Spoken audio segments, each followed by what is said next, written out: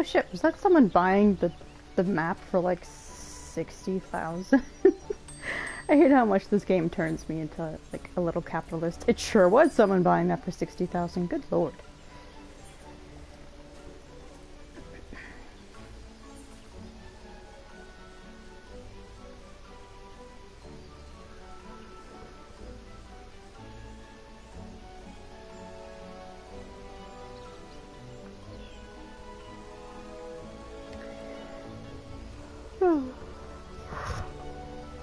Excuse me, I'm gonna start up in a minute. I just wanna stretch.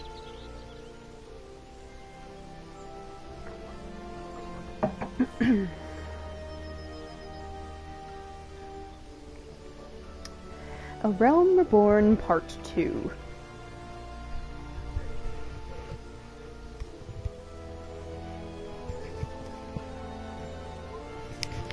In the midst of touring the 3 city-states. Oh, are they city-states or nations? I've been calling them nations. I guess Eorzea is the nation. Okay, whoopsie. Oh, excuse me again. Oh, 3 city-states, and witnessing the myriad problems besetting the realm. The adventurer has a chance encounter with a member of the enigmatic Scions of the Seventh Dawn, who I've been meeting with this member for, like, a while now, but whatever. An invitation to their base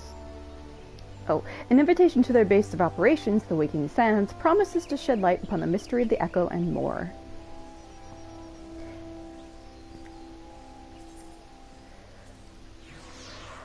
Oh, I keep yawning. Oh god. It'll stop.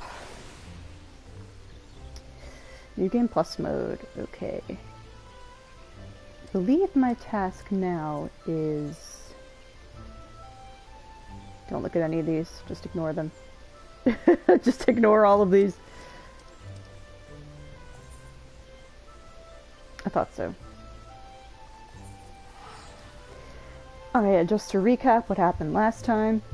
The Scions of the Seventh Dawn, who are in no way at all affiliated goal-wise with any politics. God, I'm so sorry. I have some coffee next to me that I have to drink. Scions of the Seventh Dawn sussed us out, and Minfilia, their leader, though I really don't know why, their leader, who has the same power that we do, has then decided she has the ability to give us 2 servants as the means of coercing us into joining them. Also promising that, hey, if you want to know more about that weird ability you got, you should stick around to help us. So it's... I mean, I make it sound a lot more cagey and arm-twisty than it is.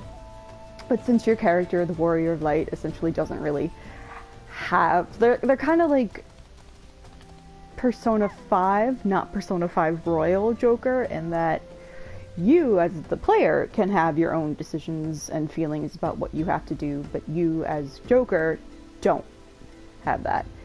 And, although I suppose a better example of this would be the protagonists of Persona 3 and 4. They're a lot more blank slate empty than Joker ever was, but, yeah. That's kind of what the Warrior of Light is. As the game progresses, you do get dialogue options that show a lot of, like, sarcasm and darker humor, which I assume means the Warrior of Light just gets really fucking tired. But for the most part, no, the character is just a blank slate.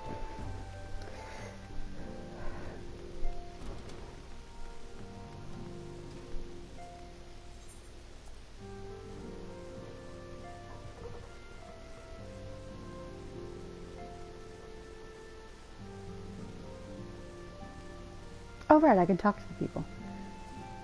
Thancred. Summoning a primal is no small feat. It requires a tremendous concentration of ether, which is why the beast tribes go to such lengths to obtain crystals. Once they manifest in physical form, their unquenchable thirst for ether grows only stronger. They would drink the land dry with nary a thought to the consequences. Considering their fearsome strength, it could be well within their ability to do so. It is for this reason we must do our utmost to oppose them. I always find it really fun when they talk about how dangerous summoning is. No, you don't have to get up. Our organization, the Scions of the Seventh Dawn, was formed through the union of two separate entities. The first was comprised of Charlian natives, such as myself, and was called the Circle of Knowing, a very silly name, now that I think about it. We weren't even a circle, and we were all about discovery, so we didn't really know much. The second, made up of individuals that shared your rare gift, was known as the Path of the 12, a much better title. The terrible events that ushered in the Seventh Umbral Era taught us that only together may we stand against the evil that seeks to consume us. Okay, so I guess the circle was broken. Hey, Ida. This place is called the Waking Sands, and it's our headquarters. It used to be somewhere else, but then a bunch of things happened, and we ended up here instead. Thank you. You know what? I was gonna make fun of her for how that explanation went, but that's a pretty concise, good explanation. A bunch of shit went down, and now we live here. Thank you. Papa Limo. Apparently,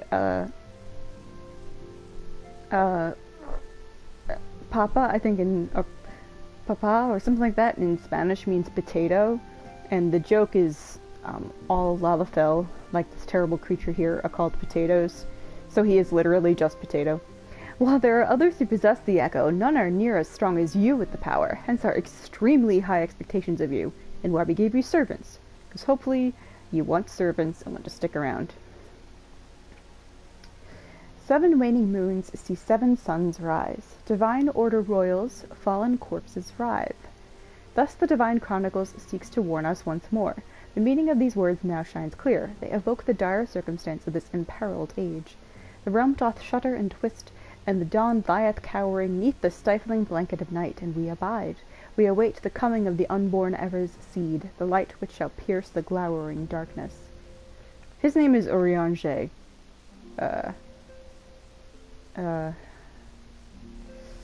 Yeah. He's a bit much, that character. We scions have but one objective, to safeguard the future of Eorzea.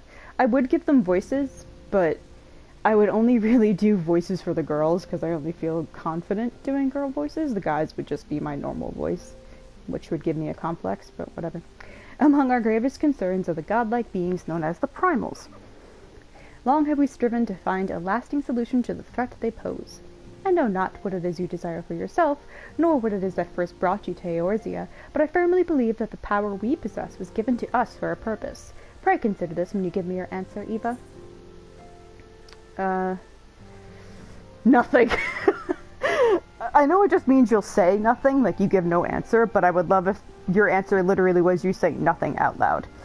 Dangers are great, yours is no small endeavor. I will go whither the wild rose blooms. That's their code.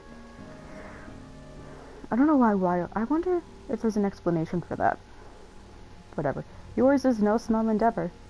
Small? No. Worthy? Undeniably. We labor for the good of all the realm. Oh, this bitch wants me to give the answer. Okay, fine. Okay. I should have known. I take it you will help us. Wonderful! I knew you wouldn't let us down. This is like pressure retroactively. But come, I would introduce you to your friends in the Order. Tell me, does the name Charlian ring any bells? It used to be one of Eorzea's 6 city-states, and was situated in the northwest of Aldenard. Wait, 6? There's 3. Oh, okay, yeah. The Charlians were the keepers of wisdom both old and new. Their mastery over magic and ether was unsurpassed, and even the Garleans knew to fear them. Among their number, there were a noble few who devoted their lives to safeguarding the future of Eorzea. When the realm began its descent into chaos, and their countrymen fled for the motherland, they alone chose to remain here. These noble men and women were called the Archons. Those same brave souls stand before you now. The masked woman is Ida, and beside her is Papa Limo. The two are charged with surveying the Twelveswood. Hello there. Welcome. Okay, my turn to introduce someone. That there is Thancred. He is our man here in Ul'dah. jewel of the desert. Are you saying he's the jewel or Ul'dah is the jewel? Because I'd rather think he's more the jewel. Also, there's a lot of people with white hair in this crew. I just noticed that. Welcome to the team. Thanks, buddy. If I may, the lovely maiden beside me is named Y'shtola. Limsa Lominsa has the pleasure of being under her care. Greetings. Again. I have been expecting you. Oh, okay. That's my little special bit of dialogue since we've already met her. Last but not least is Urianger, who presides over all affairs within these halls. Pray seek him out whenever you have questions. And whenever you have a free schedule, because he never shuts up. Dawn may banish even the darkest night. The words of a dear friend. I am glad of our meeting. At the Battle of Carteneau, our leader was taken from us. But we did not stray from our purpose. We sought out Minfilia and others with her talent, and together established the Scions of the Seventh Dawn.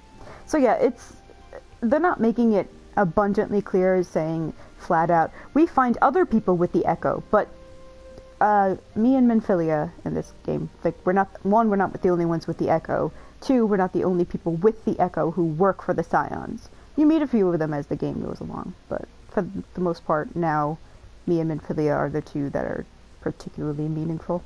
Along with the Archons, those blessed with the Echo play a pivotal role in our endeavor to forge a brighter tomorrow for the realm. Oh, I should also introduce you to Tataru, our clerk. She ensures that everything runs smoothly. Pleased to make your acquaintance. Tataru is like, I say Tataru because I think it's cuter. She's one of 3 potatoes that are not bad. Technically 4 to one of 4. More like maybe like 3.5. But yeah, she's In time, I hope you will come to think of us as family. But without further ado, I would assign you your first task. Urianger, have the documents arrived from the students of Baldessian? Aye, my lady. They arrived but recently. We have received a request for aid from the Immortal Flames. Thancred, would you do the honors? It would be my pleasure. Some days ago, a crystal caravan registered to Amagina and Sons mineral concern was waylaid and divested of its cargo. I just helped those fuckers out. But there is more. Within a bell of the robbery, several people were reported missing from the shantytown outside the city.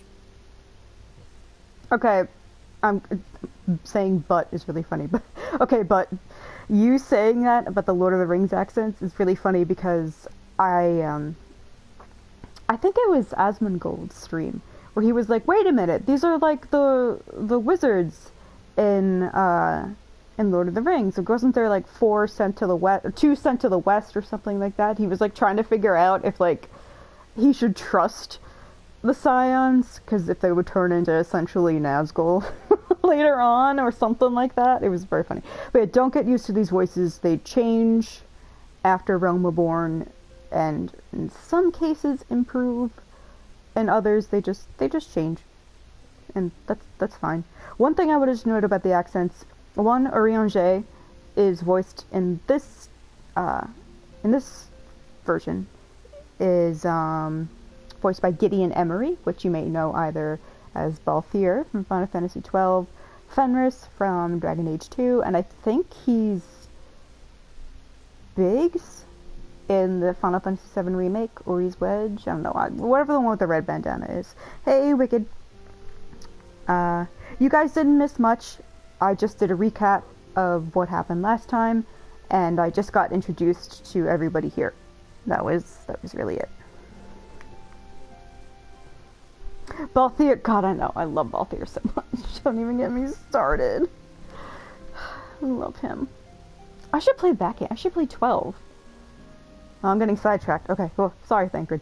At a glance, One would assume the involvement of bandits, kidnappers, and coincidence. Hope you do have 17 made again. Yeah, she has a crazy busy schedule, and I know she wants to do the Alan Wake. Is it a remaster or something like that, or a remake? She wants to do the Alan Wake game, whether it's remake or remaster or whatever, that's coming out, because she loves Alan Wake. So we may do that together. If she does a yearly Final Fantasy VII stream around Christmas time again, then yes, absolutely. Yeah, 'cause she and I miss her.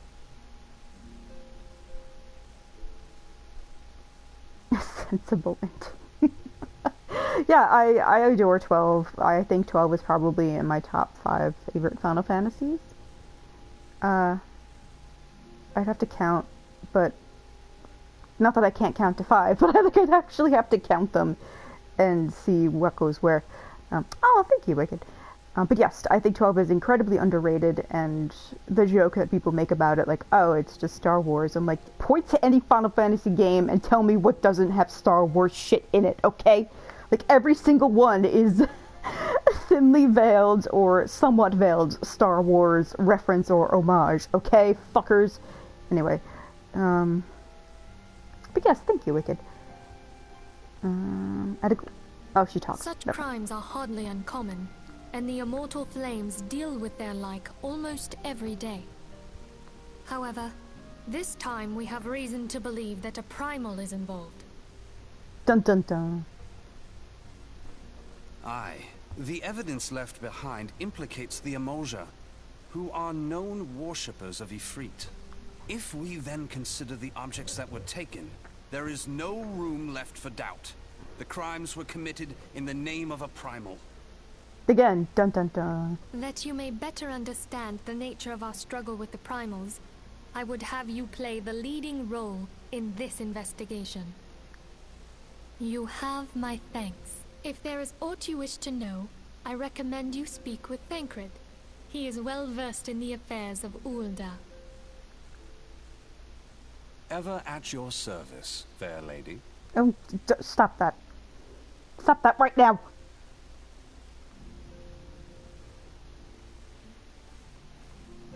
Apparently Ifrit can be worshipped if you try hard enough and if you're a beast. Oh, no, you don't actually have to be a beast to worship Ifrit. Now that I recall what a certain sort of person is that I can't say because it's technically spoilers because it hasn't been said in the game yet. Hey, Thancred. Oh, he's doing the cool guy lean. Oh, hello. Ready to begin, are we? That's the spirit. So then, your mission, should you choose to accept it, is to investigate a crystal robbery and a spate of abductions. Crimes which we believe to be connected. Assuming we are correct, it is like that any discoveries we make in relation to one will further our understanding of the other. Now, since the attack on their caravan, our friends at Amagina and Sons Mineral Concern, if you remember, those are the hapless idiots we helped out in... I can't remember the name of the dungeon, but we helped them out last time and killed all those enslaved giants. Yeah, that was us. Anyway, they have doubled security over all of their shipments. In light of this, it is my judgment that the abductions should be our priority. According to our preliminary findings, the majority of the missing were last seen in the vicinity of Camp Drybone, so that would seem a fine place to begin. A fellow by the name of Isengard? A fellow by the name of Isengard serves as the camp's de facto leader. Pay him a visit and see that he gives us his full cooperation. How have I been? Honestly, life has been really, really tough and not particularly good for me for a while.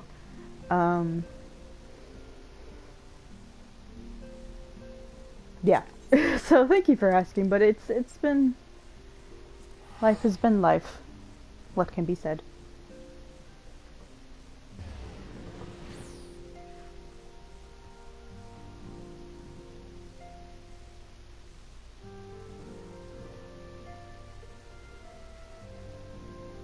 Why, thank you, but...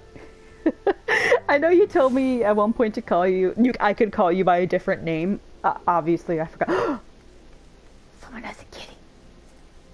I forgot what that name is, so I'm just gonna keep calling you Butt. You could feed someone's pet animals in this game, by the way, so I just fed the kitty cat. If I try to pet the kitty cat, it will hop away from me, so I won't do that.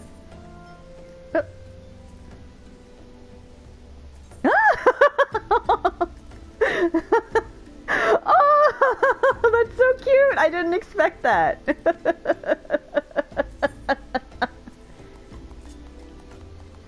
Oh my god! Oh my goodness!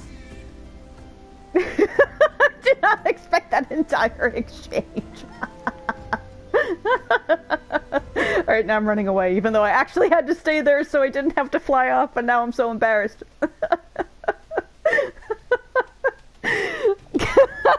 Jimothy. Jimothy. I'm sorry, let me just gather my bearings.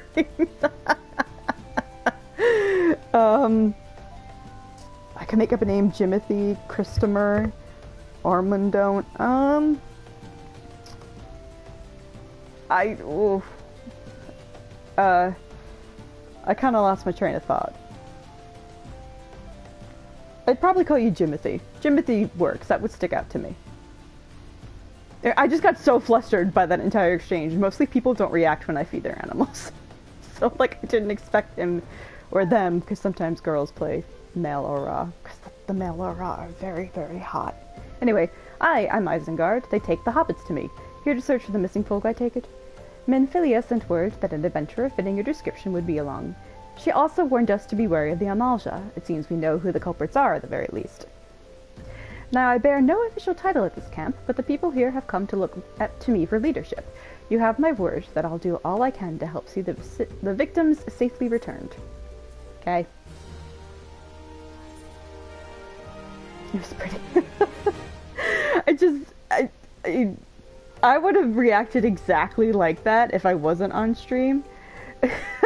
But the fact that one, it happened, and then two, it happened on stream as well, so I'm like, oh my god, I'm having too many reactions and I can't suppress the reaction right now. It's just like, just compounded emotional intensity.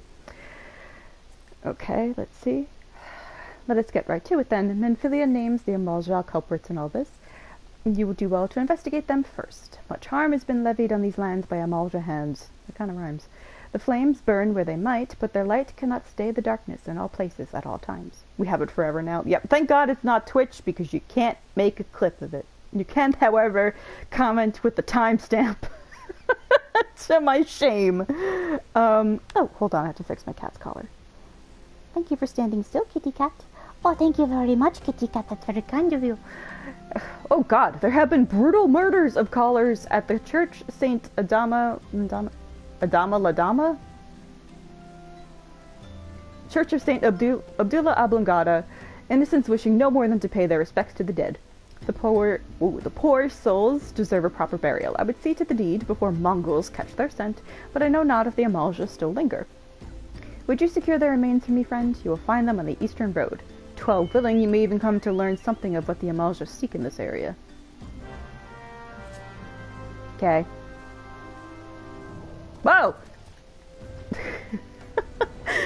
I don't know why I'm always so surprised when this guy pops up, like my one of my dragon mounts, because one, I have him favorited, so he's a mount, of course I should expect him.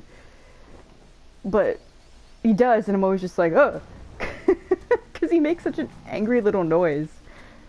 Ripe corpse. Alright.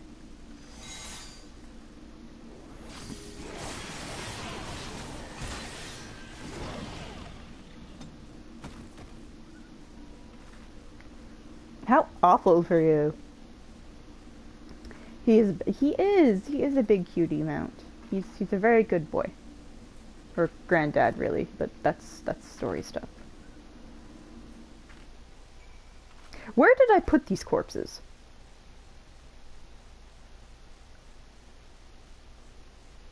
Where did I... Alright, let me change that. Puppy! Well... Or wolf with pretty primal flame essences that allow it to fly.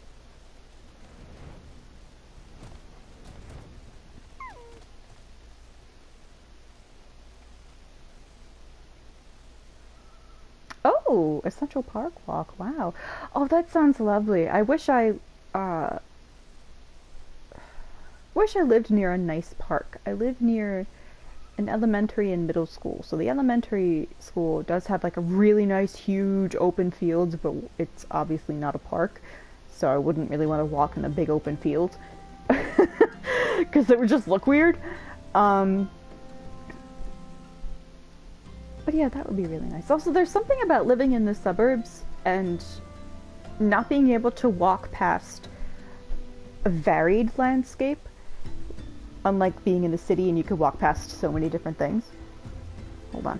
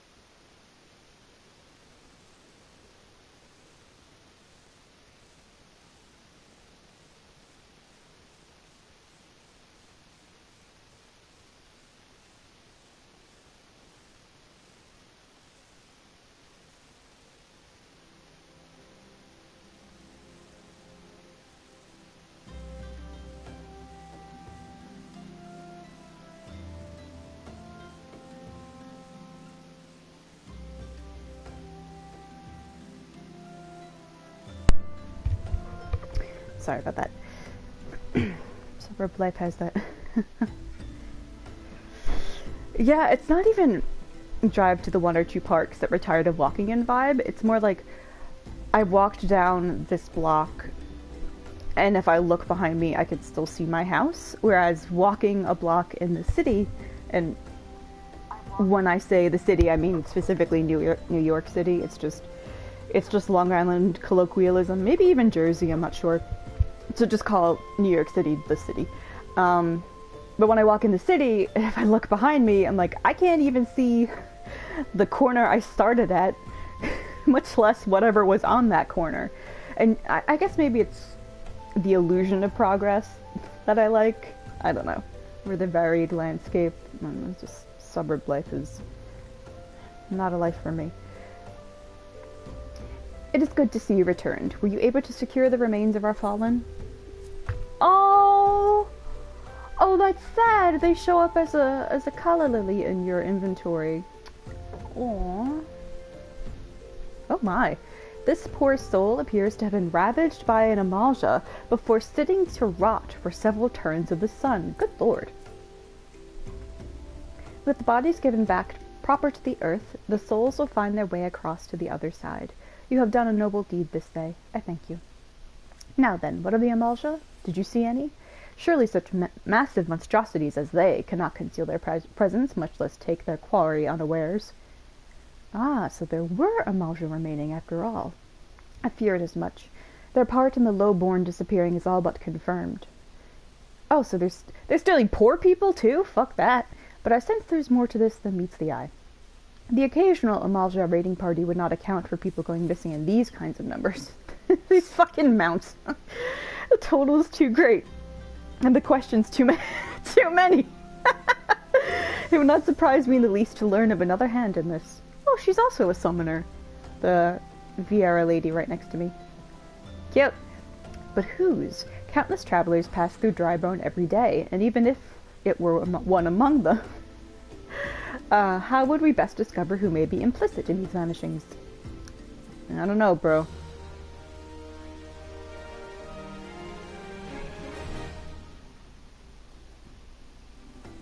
Oh, wow. Good for you, Jimothy. Good for you, Jimothy. That's thinking not only with portals, but smart.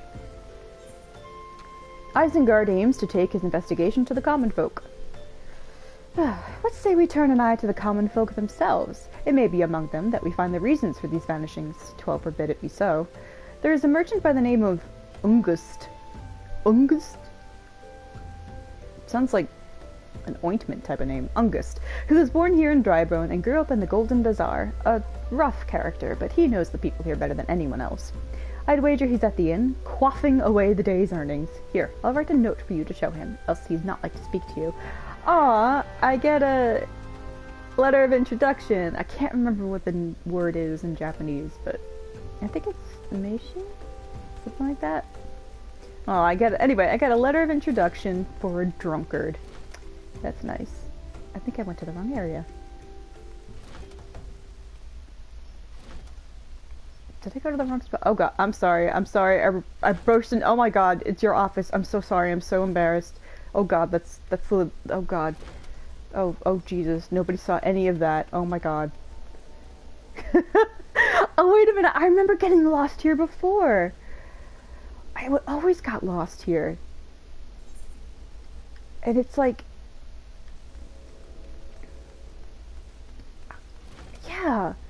Whoa, that just came back to slap me in the back of the head. Oof. Hey, it's this fucker! Hello, Squall. It's this horrible dude who threatened to rape a woman right in front of me and nobody helped. God, why can I not eat your heart in the marketplace? Well, gods be damned, you're that bloody adventurer who threatened me back in Ul'dah. What in the seven hells do you want with me now? Honestly, nothing. I would rather you die right in front of me.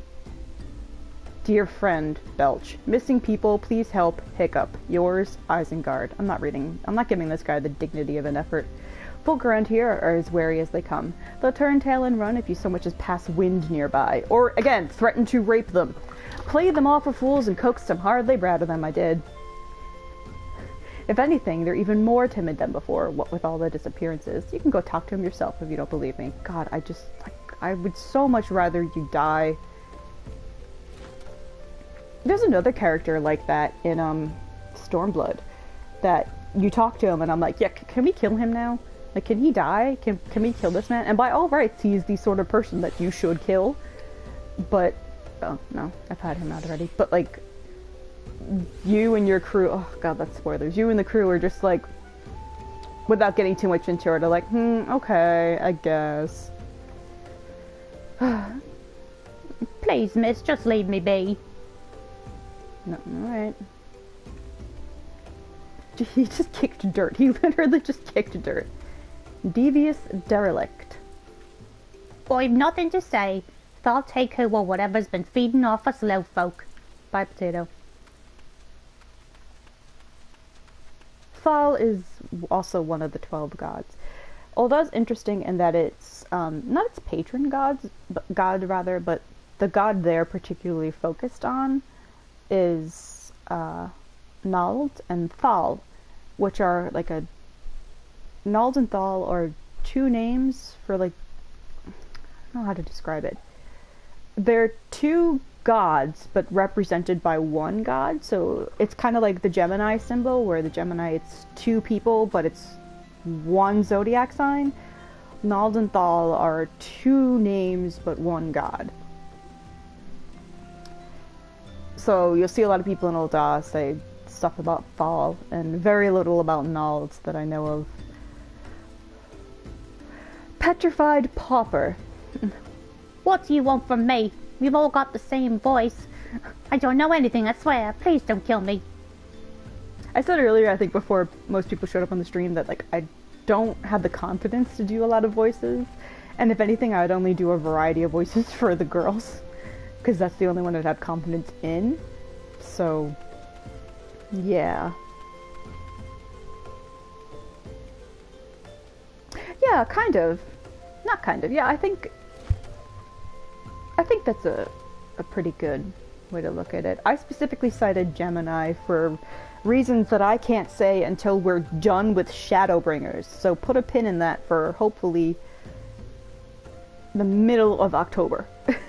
I'm hoping to... I said it, I think, in the previous stream or elsewhere. I'm hoping to get through Realm Reborn, if not at the end of this weekend, then definitely by the middle of next week. Because Heavensward's fantastic, Stormblood I hate so much, but I gotta get through it, and Shadowbringers is really good too. But each expansion is just so, in the post-expansion content too, it's just so much, and I don't want to take too long with it, because Endwalker's coming out early November, and we're already at the end of September. So I'm like, okay, gotta get through 4 giant expansions in a month. I can do it. So the way I'm gonna do it is like Monday, Wednesday, Friday stream, and then weekend streams for as fucking long as I want, and hopefully that'll do it.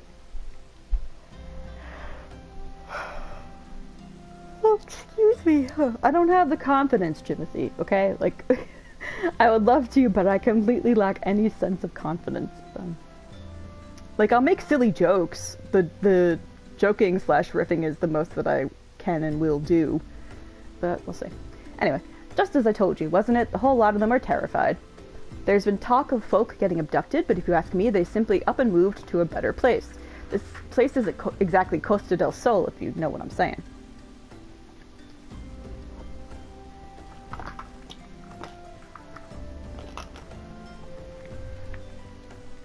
Ugh.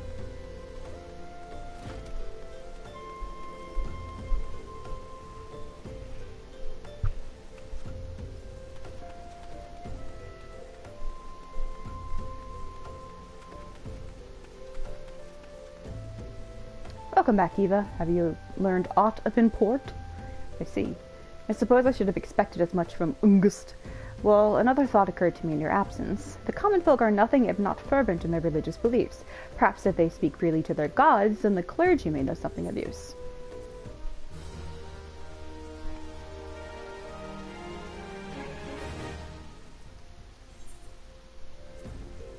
If we would know what the common folk speak of to their gods, we've no better place to ask in the church of Saint Abdullah Oblongata, or Adama Ladama? Saint Obama. No. Abdullah Oblongata, I think I would just call that. It is a small and humble church found to the northwest of here. And so long as you are headed there, might I ask you to deliver this embalmed corpse? Excuse me! I just have it sat up here next to the well. A morbid request, I grant you, but it must be borne to burial, and I trust none more than you to see it done. Are you fucking kidding me? Seek out a man named Marcus. He tends the graves of the lich yard. He will tell you where the body is to be interred.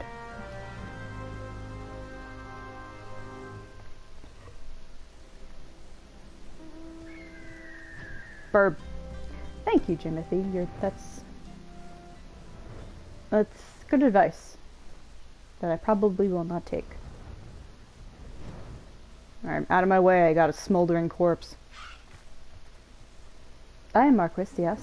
A body, of course. There have been so many bodies of late. I apologize, miss. If you seek a place of burial, then there is an empty grave atop the ridge. Take the path and lay him to rest there. Okay, bye. You could see it best at night, but not the flies. Although, are they flies or are they bees? Covered in bees. What the calamity did to the landscape, you see like all that weird yellow crystalline stuff that's like corrupted ether that's been like twisted and clawed up into the sky. I'm trying to think of what to compare it to in other games, or what it reminds me of. It kind of reminds me little though I want to think about this game, it kind of reminds me of the Red Delirium in Dragon Age Inquisition. Although this has more of a, like, a wild, twisty effect, and that looks like a... it also looks like the ash in the first kiln in Dark Souls 1. If anyone knows that. I'm assuming obviously so, but obviously people know Dark Souls, but like if anyone remembers that specific setting. Also, for some reason I always could never figure out where to drop this body. Oh, there we go. Without flying, you have a hell of a time trying to figure out where the fuck to go. Okay, here's your dead body. Bye. Oh, Jesus Christ, they just... That's so horrible.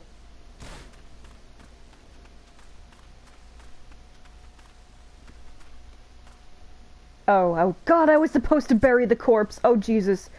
Oh, God, that's even worse. Oh, God, I'm so sorry, dude.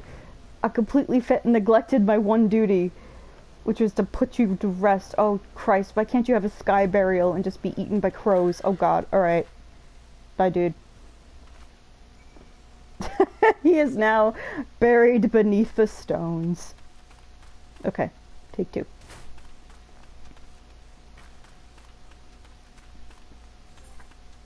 Oh no, my cat's on the keyboard! I love you, kitty cat, but no! Okay. I'm sorry, kitty. May they all walk in Thal's realm. Thal is the god of the underworld / dead. What? Missing people? I'm afraid I cannot help you. But maybe Sister Urson? Sister Urson can. She has been kind to me. Everyone has been so kind. I don't know why, though. Pardon me. You will find Sister Urson within the church walls. Okay, weirdo. Oh, God, camera.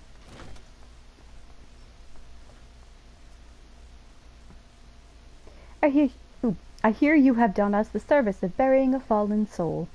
Although you apparently forgot to do so the first time, the second time, second time counts. Please accept our gratitude and extend it to Isengard when you next see him. You seek knowledge of missing Drybone inhabitants? It is true I am closer to the people than any other of the Order. I confide in them and they in me. When they wish to speak to their keeper Thal, I am the medium through which they do. Should I learn anything pertinent, I will be sure to share the information with you. I only wish Marquis would be more helpful in the matter. I pray he did nothing to offend. He saw terrible things during the calamity. His scars run deep. Indeed, he seems to now prefer the company of the dead over the living. That's a little weird, Urson. While tragic, I fear such behavior ill befits the Church. I received word not long ago that one of our recent visitors, a man called Thancred, I believe, took offense at his conduct, and must have words with Marquis soon. Hey, you got beef with my buddy Thancred? You got beef? It's so wrong. I should have... Well, I'm not scared of you because I'm a vegetarian, motherfucker.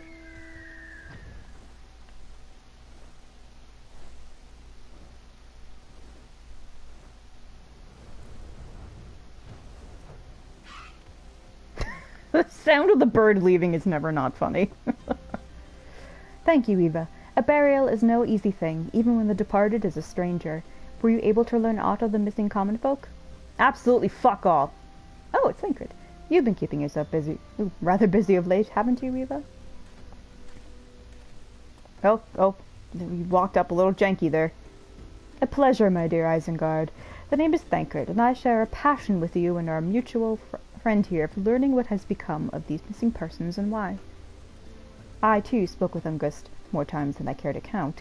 There seems to be some truth to this notion of the common folk speaking their secrets only to those in service to the gods. Prostration, prayer, penance, abject deeds done behind closed doors, away from prying eyes. Who better to take the pious unawares than she who takes confession, the good Sister Orson herself?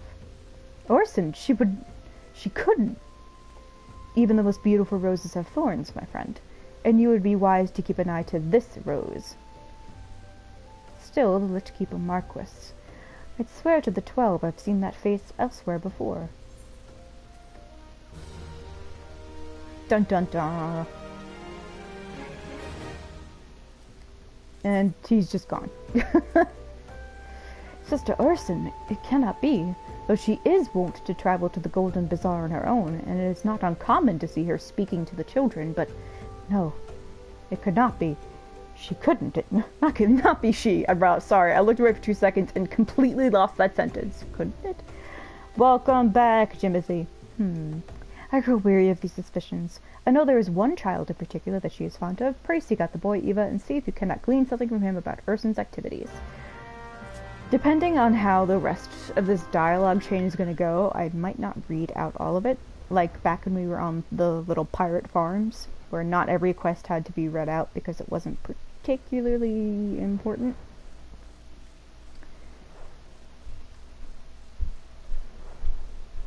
Especially now that I have to go talk to a little shit kid, like, no.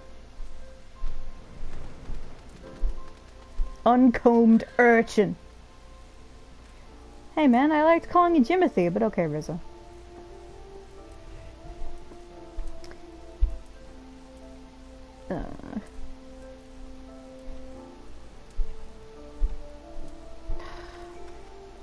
God. This is why kids are more trouble than they're worth. Oh, nope, sorry, going the wrong way. I mean, you're still more trouble than you're worth, but whatever.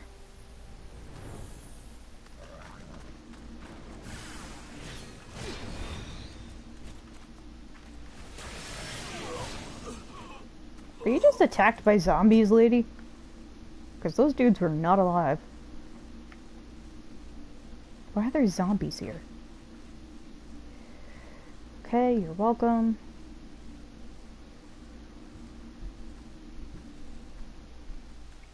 Yeah, that's my... Oh, well, these guys are so cute. They have such nice, like, big, adorable eyes. Oh, they're so cute. Yeah, that's a special horse you can get in the game. Forgetting all the other horses.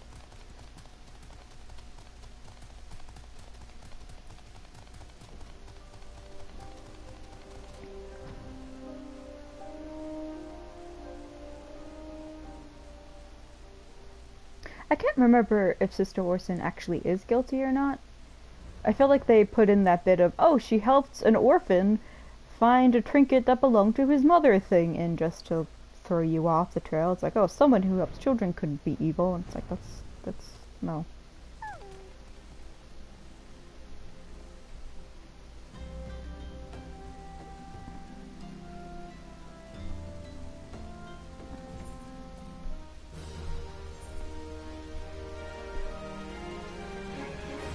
Malls are wrong places. Okay. Okay, Thancred came looking for you. He left word that he will be waiting at the Amalja encampment to the southeast. Okay. That's important. I'm getting a lot of puppies in these random mount roulettes. It's not even a story arc so much as it was like 30-second quest. But yeah. Yeah, bud. There you are, Eva. So good of you to come. That's what she said? Indeed, I've heard all about our good Sister Orson. Isengard said her wounds were serious. It would seem my suspicions about the poor Rose are misplaced. Damn it, I wanted her to be evil! But false though they were, perhaps my suspicions were not entirely without merit. Whilst following Sister Orson near the Golden Bazaar, a band of Amalja caught my eye. There's someone fighting in the background, if you can see all the lights flashing. I tracked them as far as his encampment, but, well, let us say that I would much prefer to keep my distance and remain here. This, of course, brings me to why I requested you, dear Eva. Would you be so kind as to take a look inside? That Okay.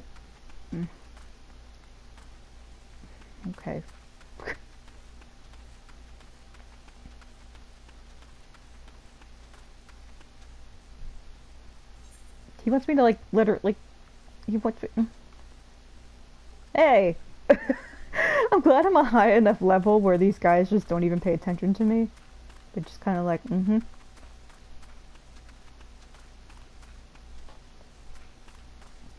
A queer leaflet.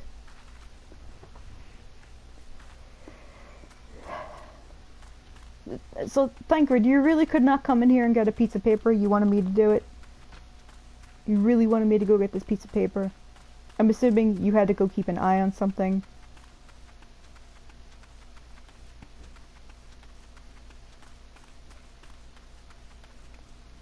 And it's a good thing you're gonna be really attractive in the next expansion, and then the expansion after that, and then the expansion after that. Otherwise I wouldn't put up with you right now, fuckboy. Well, didn't anything tickle your fancy? Don't talk about my fancy and tickling it, bitch. The leaflet. See the wealth of knowledge to the hands of your children. It looks to be some sort of assembly to provide the poor with work. The lettering, though. Oh yeah, Nald is... If Thal is the king of, or the god of the underworld, Nald is the god of riches. It's kind of like, how god Pluto and Pluton, it kind of refers to a certain type of coin. So you,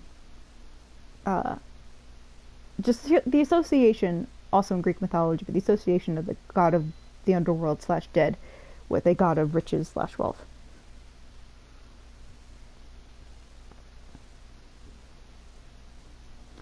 The lettering, though, atrocious, is it not? And these bits about knowledge Thal sees somewhat less than studied. I find it hard to believe one among the Order penned this. Pray take this to the inn at Camp Drybone. Let us see what Sister Urson makes of it.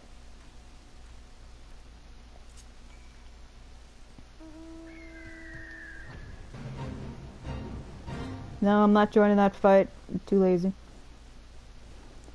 I just think of when I had to play this on regular New Game and how unbearable it was to have to run / walk everywhere, and now I could just hop onto some random ass animal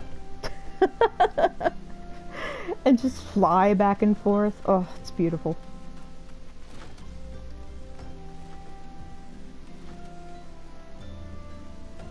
Oh yeah, this is the bit that confused me. She's over here.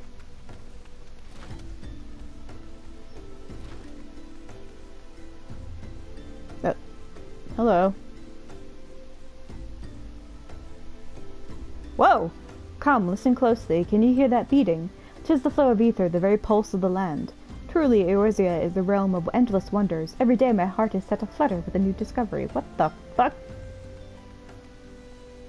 I mean, I guess. Okay. Talk to me about this shit.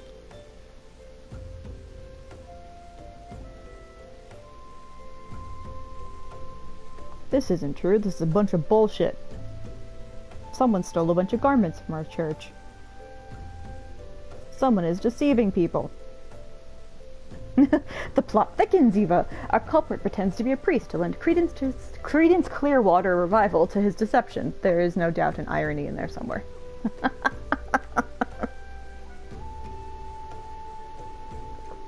I forgot how clever he was. Yeah, early Thancred is so fucking witty and clever. He doesn't lose that as the game goes on. He just becomes so much more, like, bitingly sarcastic.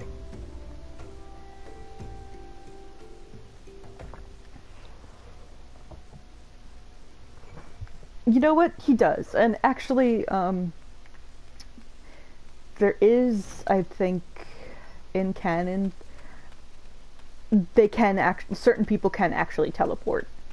Like the way I do when I can go back and forth between different locations. That is something in canon that people can do.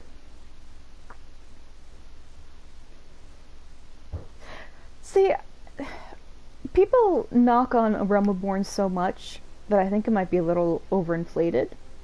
If only because, one, the Heavensward and Shadowbringers are so good that when you look back on Romaborn, you're like, oh, Romaborn is so bad. Romaborn is no different than your average Final Fantasy in terms of writing quality. It's fine. It's completely fine. In some places, it's like endearingly hammy. It's a bit cheesy and over the top. And I'm like, you know what? That's fine. I actually really like hamminess. I think of Deadly Premonition here. Absolutely adore Deadly Premonition. And it doesn't take away from the plot in any way, because when it needs to be serious, it's serious. And when it can be whatever it wants, it can be whatever it wants. So, yeah. That's just my thought on the Realm Reborn. Posing as a priest, to think. Okay. Okay.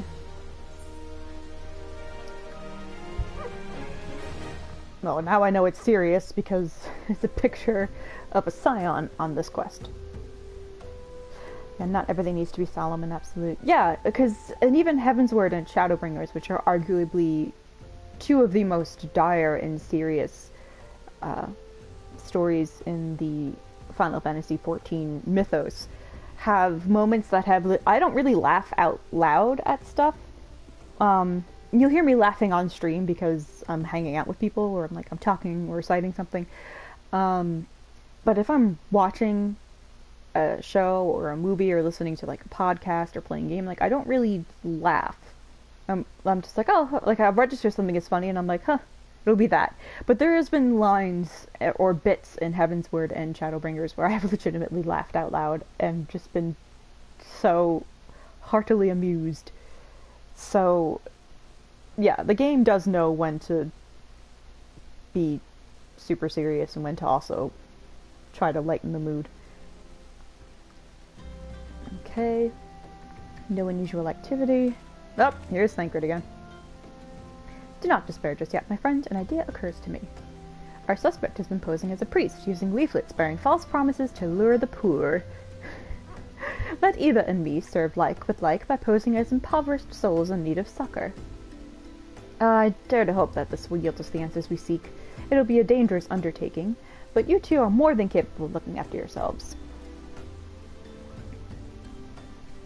Well, it's comedy, not just in text, but in the delivery, so it's in dialogue spoken out loud, but then there are some bits that are unspoken, in text, and they're really funny.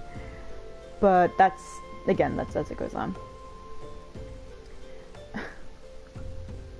Okay, he's gonna find us some smelly clothes. Okay, listen, Eva, so as to lay the foundation for our little ploy, we must make it widely known that more vagrants have arrived at camp and are desperate for coin. To this end, I want you to don the old garments Isengard has lent us and beg for work around the camp. Before long, the false priest should catch wind and approach us. Okay, I can do that.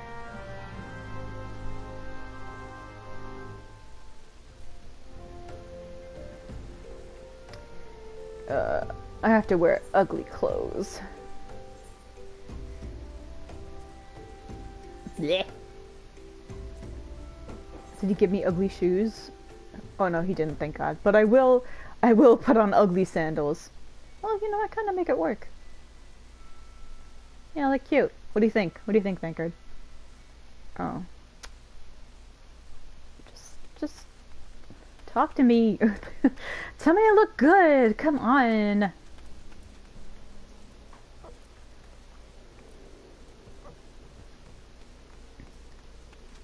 Yo, you got some work, and you are Knurl, another refugee by the looks of you. The immortal flames have neither work nor coin for your like, because apparently we hate outsiders and don't understand the meaning of compassion. Be gone and see to it you don't make a nuisance of yourself. God, suck my ass. Oh wait, sorry. You got any work, Governor? Oh. I preach the teachings of Azima, the warden. Hast thou come to partake of the honey of her wisdom? Azima is keeper of the sun and goddess of inquiry. All is laid bare beneath the light of her divine countenance.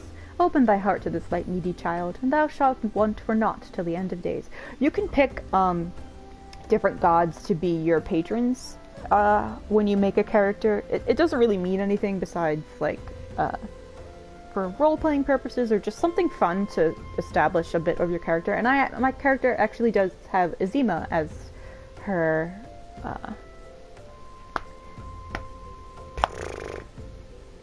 what's the word? Azima as her patron goddess.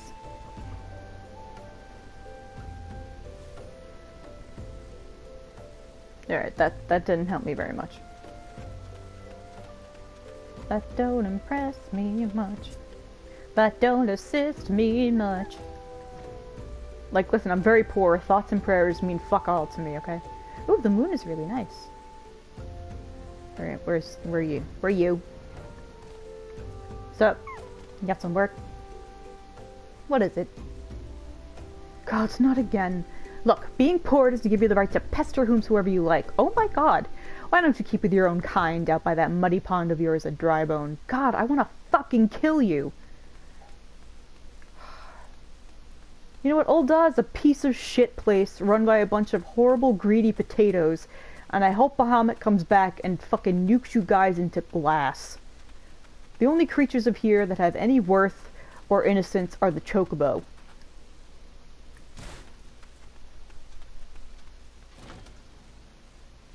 The dismount noise? The one on the birds is kind of... They all make a dismount noise. The puppies are cute. The birds, which I'm sure you've heard, is just like... Meh. It's like a little squawk. This person's name is Ermagard, so Ermagard. Oh, that's horrible. Greetings, good madam. Is there aught I might assist you with? Oh, I don't believe there is, in the parentheses, any work. I'm afraid our wares are very expensive. Mayhap you should rejoin your fellows out at the pond north of Sandgate. Okay, that's a nice way to tell me to fuck off.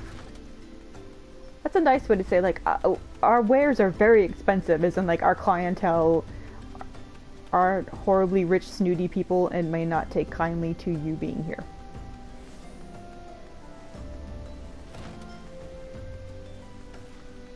Hey, Edelston. And I was about to get to the good part. Looking for work, you say? Sorry, but we don't have any openings. Now get out of here so I can finish my story. She's not gonna suck your dick, bro. God, why can't I... Go attack... I wish I could... Oh! Wait. I know what I can... I know what do. I will drop... I'm gonna drop a star bomb on you. Okay, see, look. Oh, it's a pretty star. See, it's a pretty star. There. Just fucking nuked you, asshole.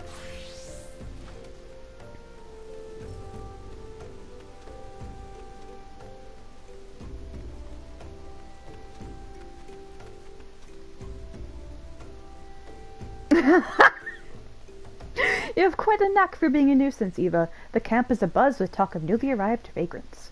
And though we were unable to attract our wayward transgressor, we were able to learn that the poor have a commune by the pond north of Sandgate, to the east of here. The eyes of the authorities do not reach that place, rather ideal for spiriting away hapless souls. Poor unfortunate souls! Let us go there and wait for the kindly priest to come and offer us aid and comfort. Needless to say, you'll need to remain in disguise. Oh! I gotta put that back on. Oh, I was just about to do it. My free company is Yorha, and I'm a lieutenant. So I'm kind of like not second in command, but oh no, I am actually literally second in command. So I can not only like invite people to the guild, but I can put the actions, like the company's assistant actions, on when we need it. So whenever it goes out, I'm like, oh god, no! But TLDR, someone did it already. This bird was a bitch to get, by the way. He did not drop easy. But he's mine now, so yay.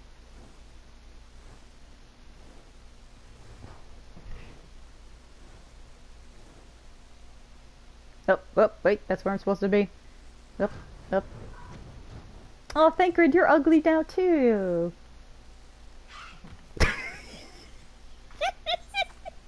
That bird sound will always kill me.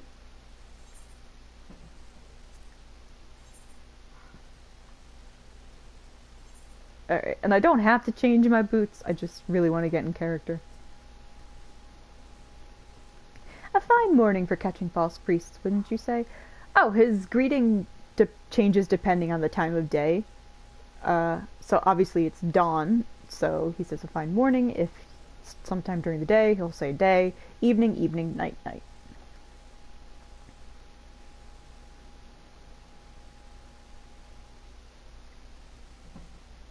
Canon-wise, we are a 2B unit cross-realm, finding a way to convert metallic tissue into organic in a fantasy realm where we learn to appreciate fashion and world peace. You know, you're not far off. Are you aware that Final Fantasy XIV has, in canon, near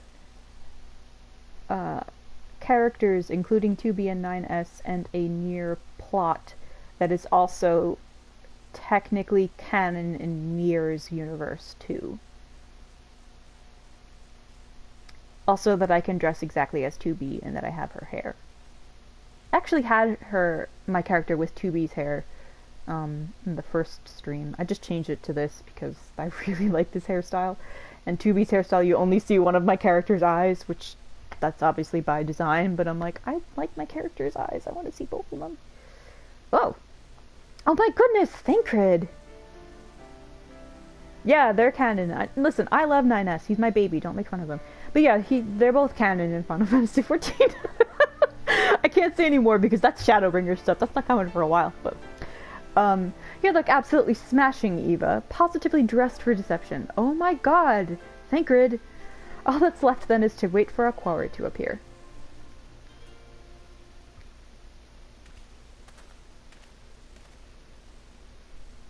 Oh, you poor unfortunate souls! This is no way for men to live, no way at all. Who are you? What do you want? Be at ease, child, for I mean you no harm. It's a compliment to all 9 of his cute asses. He's so cute. He is so cute! Oh! Never mind. I am a priest of the Order of Naldthal, and I come to offer you succor. This leaflet bears the teachings of Nald. Trust to them, and they will surely set you free from the shackles of penury. Well, they also set me free from capitalism, because capitalism's pretty bad in Ul'dah.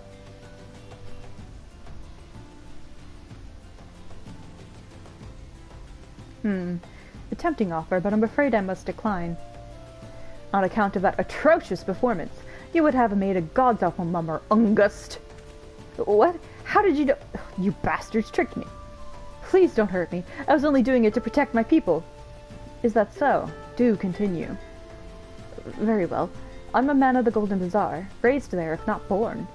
Some moons ago, the Amalja raids began. They would appear sudden as a sandstorm and plunder and pillage at will. Our defenders couldn't stand against them, few as they were. Everyone lived in fear. I wanted to save my people, but being a merchant was all I knew, and so I did the only thing a merchant could. I approached the Amalja in hopes of brokering a deal. The only thing a merchant could do, betraying my people and beginning a human trafficking escapade. In return for sparing the Golden Bazaar, they made demands, outrageous ones. Demands? Of what kind, pray tell? First of all, they wanted the schedule for crystal shipments from the Nanawa mines. For this I bribed one of the workers to leak me the information. Next, they wanted me to bring them people, so I posed as a priest to lure in the vulnerable and get them over to the Amalja. I didn't have a choice. Don't use the Nuremberg defense on me, motherfucker! Protecting one's home is a noble thing, but at the cost of innocence. You could have sought the aid of the immortal flames, yet you did not. I suspect you are not telling me the full story. What made you sell out your own people? Speak. The was good. What did you say? The coin was good, I said. I could sell mole meat for a score of lifetimes and not see a fraction of what the Amalja pay me. You sacrificed innocence so that you could line your own pockets. Words fail to express the contempt I feel for you. Spare me your contempt. If you want to blame someone for the mess the world's in, then blame yourselves or the gods. No, I'm gonna blame capitalism. As I should. Ugh, not you again. Hey, you remember me, motherfucker? Were you the one leaking the immortal flames patrol routes to the enemy as well? Spit it out. No, I know nothing about that, I swear it. At this stage I'm rather disinclined to believe aught that leaves your mouth, but no matter. There'll be time enough to learn the truth, as we slowly pull out each and every one of your teeth, by tying a string to it, and the other to a doorknob, and slamming the door as hard as we can. Eva, be a dear and take word of these developments to Minfilia, would you? Okay. I shall prize everything I can out of this filth. Is it going to be the teeth? The abductees are still somewhere out there. Our foremost priority is to rescue them. Okay. Can you take my teeth idea? Oh my god. Oh my god, they actually disappeared. My teeth idea is still really good. Let's go back to this. Oh, wait, I didn't... Teleport.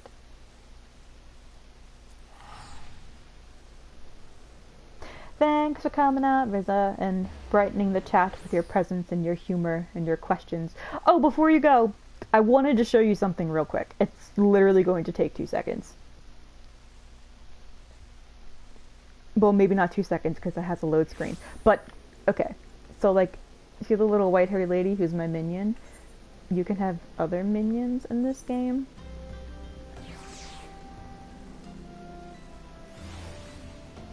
And I have 9S as a minion. He's adorable. You can have 2B as well. Let me bring her back out. I kind of miss her. Where is she? There she is. Yay.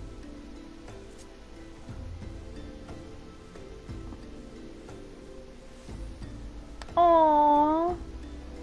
Oh, you don't have to do that. There's a thank you, though. Honestly, at this point, I just stick to, like, the holy trinity of games that I know will endlessly make me happy, or reliably make me happy, which is this, Chrono Trigger, and any Dark Souls or Bloodborne game. Bloodborne doesn't have games, it's trying to mean it's Soulsborne games. Soulsborne games make me happy, so it's just that. Isn't it cute? They have little animations too, and 9S just kicks the dirt, and 2B that crosses her arms and looks up at you. Aw, no, really, thank you. Thank you so much. That's seriously really sweet. I appreciate that. Your presence is enough of a present. Have a good night, and a good Friday, a good weekend, all that stuff.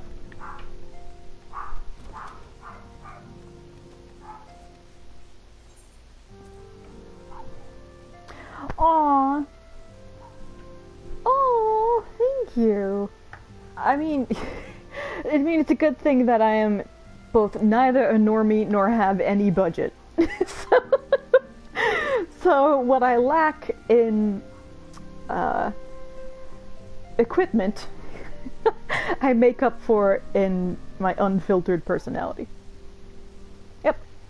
Good night, though. Welcome back, Eva. I almost want to give her a voice. What voice would I give her? I'll have to practice. Welcome back, Eva. I am pleased that you and Thancred have been getting along. I see. You have done well to uncover the truth. My thanks for the report. As Thancred said, we must ascertain where the abducted were taken, and none but the Amalja know the answer. Suffice it to say, they will not willingly part with this information. I fear blood will be spilled before all is said and done. Dun dun dun. Oh, okay. This is just in between stuff.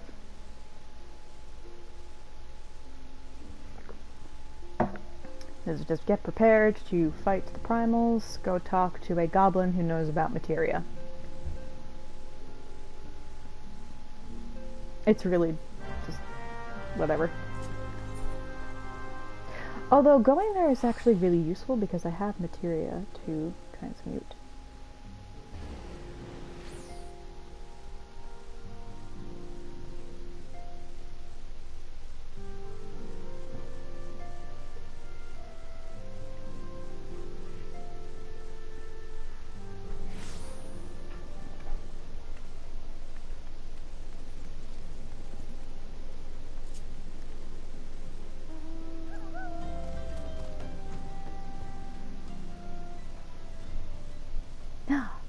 The little paw pads.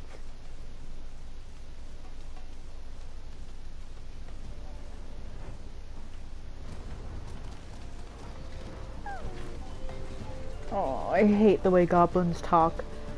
The psh thing is kind of like a, it's meant to be like a Darth Vader-y sound effect. Not really, but like a breath, like a breathing apparatus thing. There's a word for it that I can't remember, but that's how all their sentences starts. And then the way they talk is just, I don't know.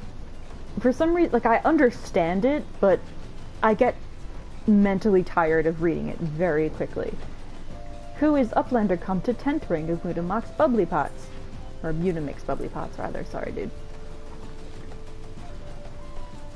And their names are, like, Gobby speak for what they do. So Mudamix's gubbly pots, or bubbly pots, is... He transmutates Muta, mixes things. And bubbly pots is just refers to how things cook. God, this doesn't matter. Alright, this is just this cutesy introduction to materia that I'm very tempted to just skip, but I will suppress the urge. And they're all talking in Gobby speak. I want to die. Oh my god. Yes, I know Minfilia. Tongue flaps reach ears of Mutamix with fastness. So you're listening intently? Is it what? Yeah, okay, just show me the power of materia. I don't know why I have such an instant dislike of goblins in this game. It's kind of like how I really don't like Lalafell. Like, kill all Lalafell on sight, and goblins, and like, just shut them up. I don't know, it's like this intense, immediate dislike.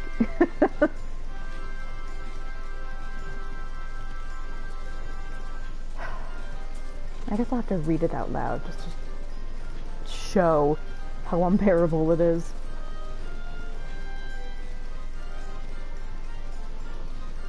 Now eyes of Uplander point at Fighty Tool, yes? Materia join with Fighty Tool. Yay! Yay! Light's coming out of my junk. Fighty Tool gains power of materia. Fighty Tool reborn. Here, Uplander, take Fighty Tool to Minfilia. Alright, that wasn't so bad, but when you have to sit and watch them talk for like 2 minutes straight, oh my god. Okay. Materia, strictly speaking, is a kind of crystal. I'm reading this out loud because it's actually kind of interesting for lore. It is created by drawing out the etheric constituents from a piece of equipment and then crystallizing them. Not just any old equipment will serve, mind you, it must have sufficient spirit bond, that being a measure of how fully an item has been imbued with its owner's spirit.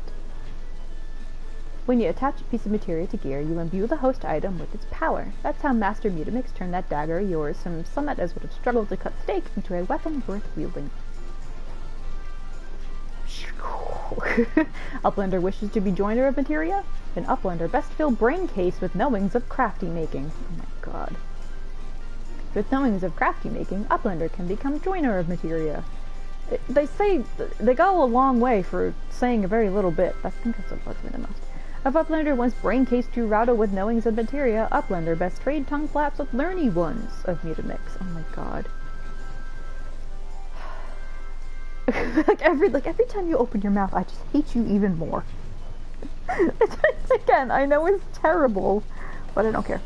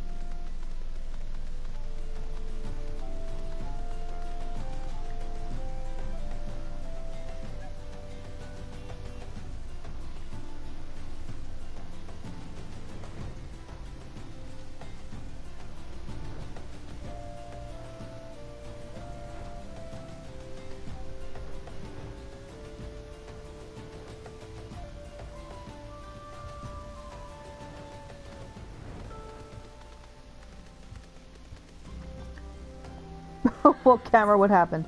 There we go.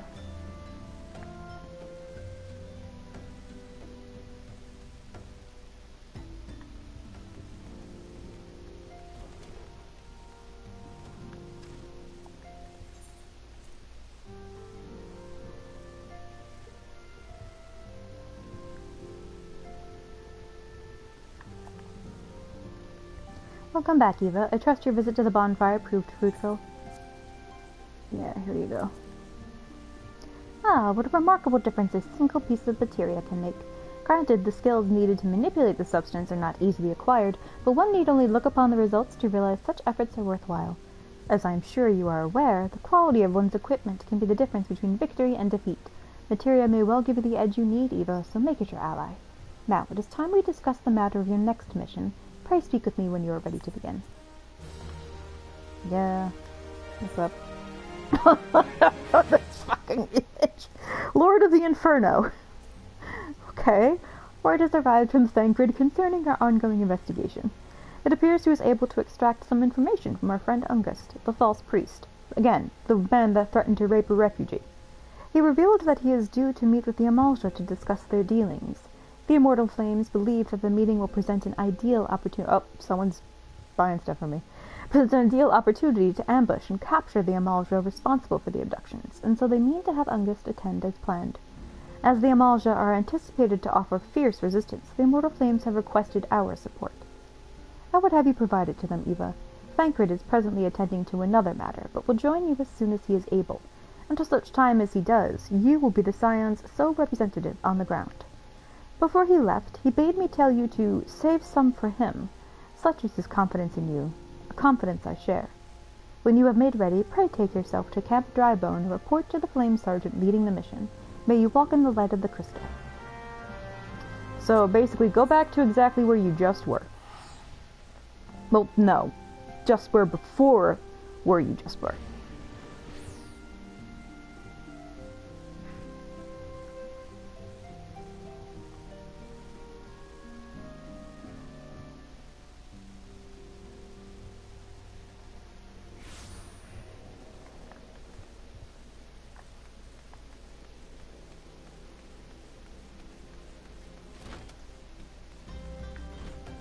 Hey, buddy. Ah, you're Eva Bartage of the Scions? My thanks for coming, friend. We're stronger for your assistance. Allow me to brief you on your mission. Our objective is to capture Amalja and prize from them the whereabouts of the abductees. The lizard men, oh my god, racist, aren't aware that their man Ungust has been exposed. When they come to the rendezvous point to meet the traitor, we'll spring the trap. Owing to the clandestine nature of the mission, we can deploy only a small contingent. Every member must count, and so we requested the aid of the Scions. The rendezvous will take place at the Invisible City. Good luck finding it. Please make your way there, and lie in wait. We stand to learn much and more of the Amalja plot if the mission succeeds, Eva. Let's make sure it does.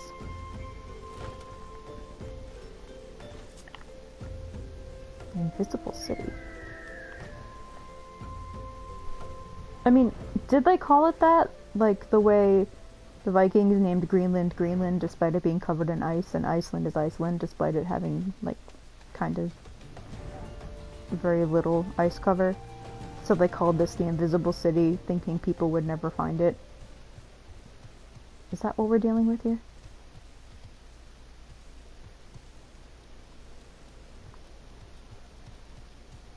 It might be.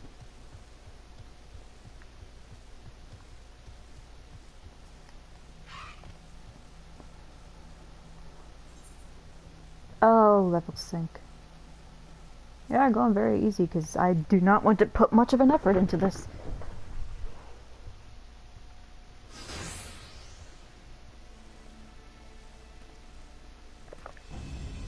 Please don't make me read out loud. I doubt this guy has a voice, though.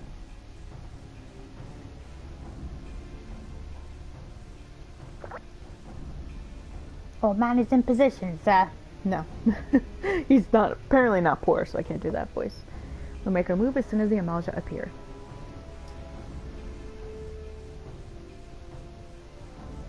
He's got eyes like a blind dog. It creeps me out.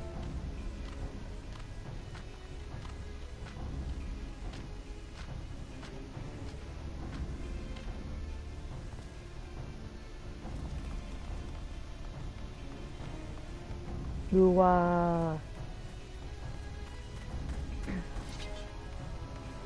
I want to make the disturbed down with the sickness ooh wah ah ah sound, but I know I'm gonna fuck it up. I think what bothers me, or what stops me from doing most of my ridiculousness is the fact that I'm being recorded. I don't know why. I don't have a lot of pride, but I do have a significant amount of shame, and that's what's stopping me. Hee hee hee. Aha, ha ha ha ha, aha ha. What the fuck? I'm afraid your little ambush ends here. What the fuck? I eluded the immortal flames clutchers for moons before finally being caught. Did you not wonder how I managed it? By being very stupid? 'Twas almost as if someone was feeding him information from the inside. Gah ha ha ha ha. Ah, your every movement was known to me ahead of time. Hee hee hee. Now, as much as I'd love to chat a while, I have appointments to keep. They're all yours. Bye.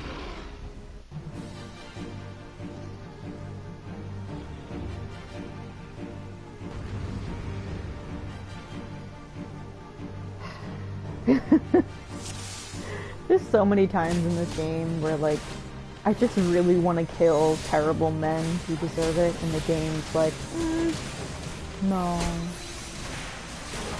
Like, you kill bad men? You kill bad men? No. You kill bad men? No. I don't know how many of you will get that reference, but it refers to a joke from the TV show Home Movies, where the main character's mother, Paula, is talking to the father of another character, asking what she should bring to dinner when she goes over to the house. And the dad's just like, you bring something, no. You bring something, no. She's like, okay, I'll bring that. He's like, well, make sure you have enough. So, yeah. Most of my humor is based on references to things that only I have the context for. And I say that in the hopes that someone will remember it too. And find me just as funny as I find myself. How many of you fuckers are here? Oh my god, now I understand why people hate you and want you to die. You're just annoying. Alright, I'm gonna assume that if I kill the leader, then all of you will die too. Let's see if that works. Star! Hello, Star! Alright, to sum up what you missed, me and Thancred, who's very flirty, pretended to be poor people so that the traitorous fake priest would find us and we could figure out who's now kidnapping people here in Ul'dah, similar to what was happening in Limsa. And we found out that it was the local beast tribe, the Amalja, but then humans that were working with them. And they're currently stabbing me. That's it. That's legitimately all you missed. Nothing else really that was significant. Nope, no, apparently I do have to kill the rest of you. Yeah, there's an Eorzea-wide conspiracy, not conspiracy, but effort of beast tribes to kidnap regular people. And,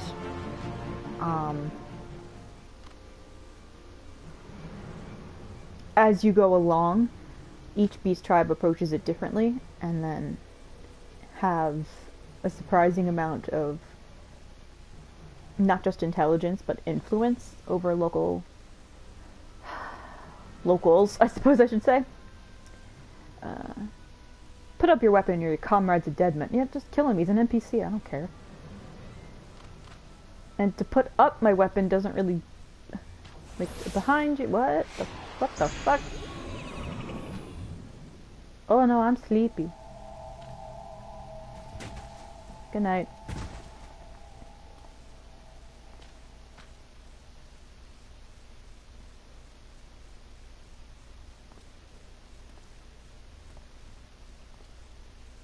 Oh, wait a minute.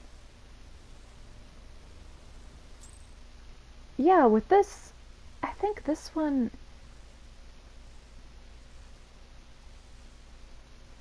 F. No, we sleepies. So more like rest. Pressed.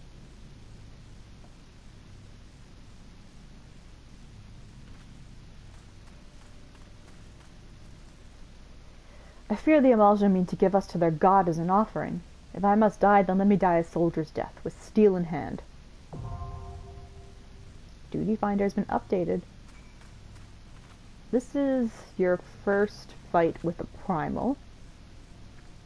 You can go in with others, obviously. I will not be, obviously, because that would just take forever. Bowl of Embers, yes? Oh, it's a Oh, I forgot it's a trial! Oof. I'm pretty sure it's a 4-person trial, though, which is confusing. Oh, yeah, okay. Because normally trials are an 8-person party thing, but the first 3 in A Realm Reborn are 4 people only. Alright, now I gotta make sure that the cutscenes are put on again for you guys to see.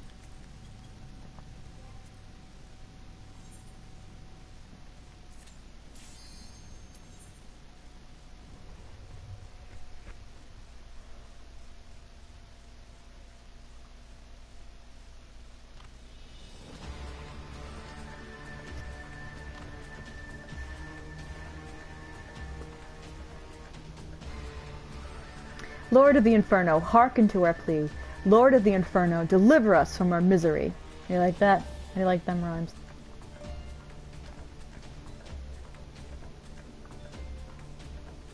O mighty Ifrit, Lord of the Inferno. Your humble servants beseech you, grace us with your divine presence. He's coming out of the eclipse on Zerk. Oh shit. Is that all it took?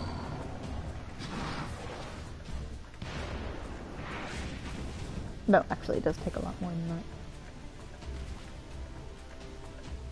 that. O mighty Ifrit, we bring before you ignorant savages who know not your godhead. If it please you, Lord, scorch their heathen souls with your cleansing flame and mark them as your own. Bloody hells. Bring those two as well. Oh, I know this song. What's going on? This ain't what we agreed. None but servants of Lord Ifrit may behold the rite of summoning. Excuse me, I am a summoner. The souls of unbelievers are forfeit. No! Spare me, I beg you. Fucking pussy-ass cunt. Ugh. I hate him so much. Pitiful children of man, by my breath I claim you. Arise once more as my loyal minions. Feed my flames with your faith, and all who stand against us shall burn. I like the idea of him having either like a completely calm voice or a really high-pitched voice like this.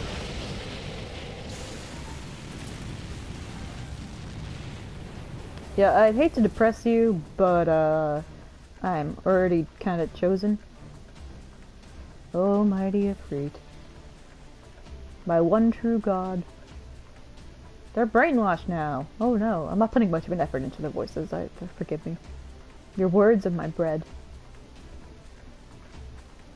Fuck is this? Impossible. By what sorcery do you resist my master's will? By mine? No? Because I'm cool? I got protag syndrome. Could it be? Your soul already belongs to another? Yes, that is the only explanation. My deadpan voice acting is the best. Thank you! But I do kind of want to give like some slightly varied voices to the characters. To the specifically important characters, but yeah. Forsooth, thy frail mortal frame can serve as vessel to the blessing of but one. Yet I smell not the taint of another upon thee. The truth of thine allegiance waxeth clear. Thou art of the godless blessed number. The paragons warned of thine abhorrent kind. Thine existence is not to be suffered. Boop.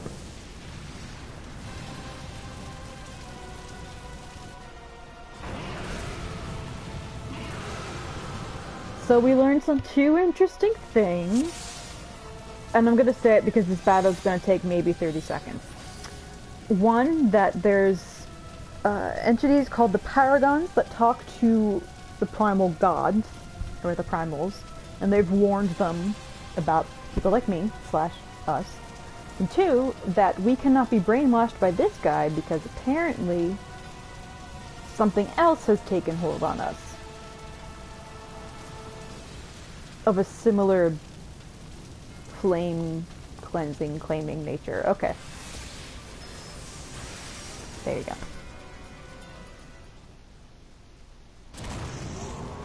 Succumb to the inferno. Surrender thyself to the fires of judgment. Goodbye. The blessing of light defies me. Those are his battle lines from the fight, but I killed him so quickly he couldn't say it.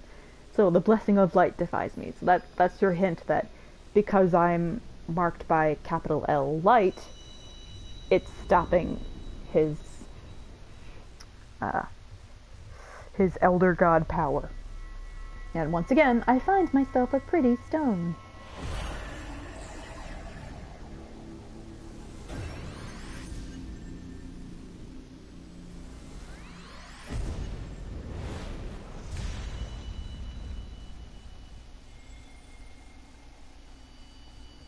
They're making prisms of the rainbow. Kind of. Well. Pray forgive my lateness. Also, like, where are we that the sky is like this and has no one else noticed it? Because it looks pretty terrifying. I was delayed by a congregation of Amalja zealots. I swear, each seemed more evangelical than the last. Oh! Oh, that says a lot. Oh. Oh, thanks, Thancred.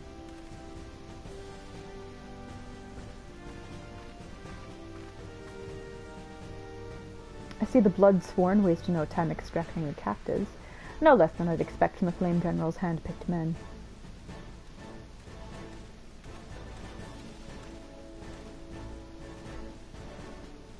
As for those two, it is fair to say their hardships have only just begun. They have much to answer for. I feel I owe you an apology, Eva. Had I known this mission would prove so dangerous, I would never have left you to face it alone. You have been given a veritable baptism of fire. No, it didn't set me on fire, as you can clearly see. But let us continue this conversation in more agreeable surrounds. Camp Dry Bone, shall we say? As long as you don't give me a dry bone. This way, sir.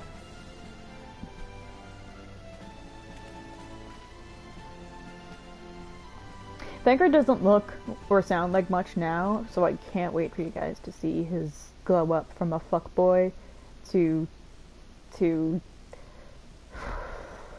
just he's very good. He's very good in Shadowbringers. He's very good. So that was the mighty Ifrit. God, I hate you. He has eyes also like a fucking blind dog. He just creeps me out. God, I don't like it.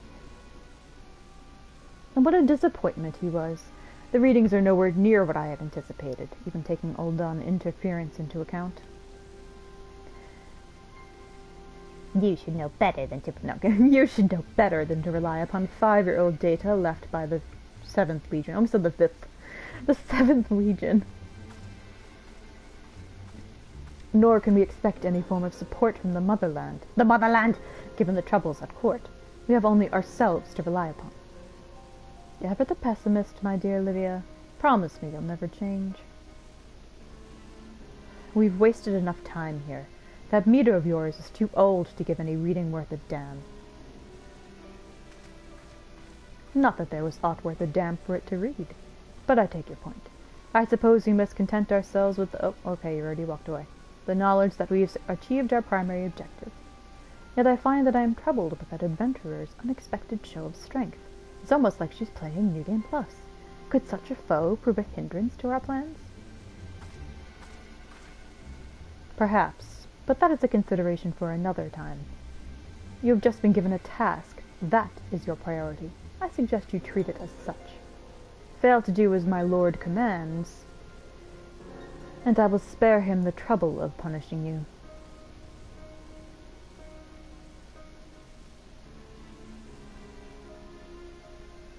With allies like that, beware a woman in love. I shall need to be on my best behavior. Fun thing about Garlean names, by the way. So his middle name is Tol, Nero Tolskeva, and hers was Livia Sass, whatever the fuck she is.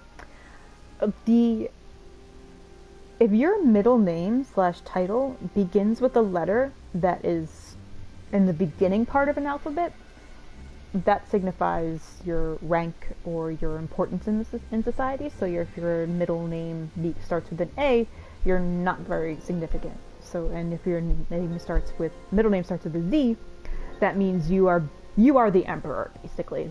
The emperor has Zos as their middle name. Their heir is, I think, Ye. Yeah, and then from then on. So his Tolskeva, he outranks Livia, and she's still giving him a bunch of shit. And he just finds it amusing. Yeah, and it is pretty interesting. I didn't realize that. I didn't realize that until you actually find a book in a dungeon that's a library that explains that to you. Yeah, you killed that guy in like 2 seconds. And I just thought it was pretty neat.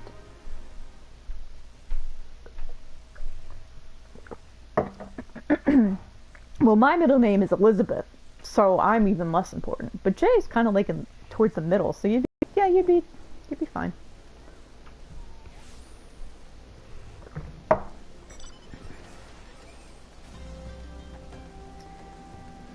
That's a lot of dead people you just have laying there. What's up, Thancred? There you are, Eva. Come, rest a while. You will have no better opportunity. After witnessing their gods ignominious? I know how to read the word, I just don't know how to say it. Ignominious? Their defeat. The Amalja will be less inclined to risk our wrath. For a time, at least. Now, where were we? Ah yes, I was in the process of apologizing. I do hope you can forgive me. I arrived too late to be of any use to you or the abductees. They may be hold of body, but the same cannot be said of their minds. For once a man is tempered... Put a pin in the word tempered, or write it down, because tempering is a very important thing. And yes, please go eat, Star. But it ill suits me to dwell on the negatives. Amidst all our misfortunes, there is still reason to rejoice. Ifrit is slain, and by your hand, no less. That is the deed of no ordinary individual, Eva. Not that I ever thought you were ordinary. On the contrary, I have long suspected that you have the potential to shape the fate of this realm. What can I say? I peeked at the script. My fine eye for talent remains undimmed. And Philia will be proud beyond all reckoning when she hears of your deeds. I trust you shan't object to my bearing the tidings to her. That way I can claim to have contributed something to this mission. You, meanwhile, have earned yourself a rest. Take some time to relax, and return to the waking sands when you are good and ready. We can discuss matters in more detail then. Just don't take too long, will you? The realm's problems won't solve themselves. Yeah, ain't that the fucking story of our lives, bud? Okay.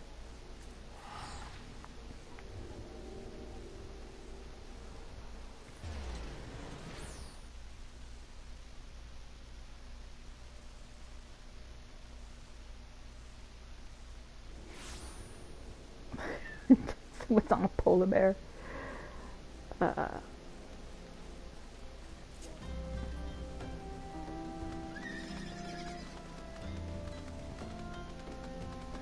Sparkly horse. No, I never was a horse girl. Like, as a kid growing up, I don't think I was really any animal type of girl. But I pretend that my character, Eva, that she's a horse girl. So, and for a while I was only going to get, like, stick with the different type of horse mounts, and that's it. Obviously that changed.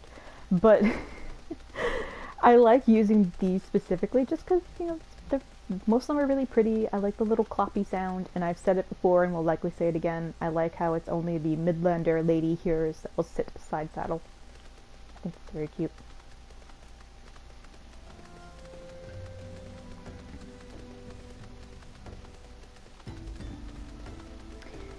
Oh, dude, we have the same horse.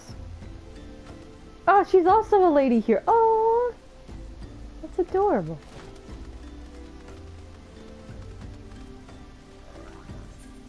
No, no, I do want to go in there. Oh, camera. Oh, God, camera. There we go.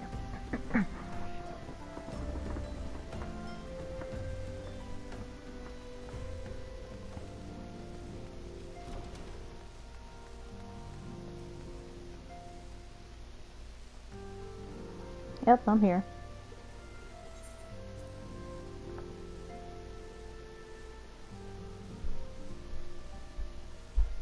Oh, why won't you speak? My late arrival nearly cost Eva her life. I wasn't there when the Amalja took her prisoner, and I wasn't there when they served her to Ifrit. Yes, by some miracle she survived, but that does not excuse the fact that she should never have had to face such dangers alone. I failed her utterly, just as I'm failing you all. Thancred, this is really fucking stupid. Get over yourself, and what's done is done. You can ill blame yourself for every...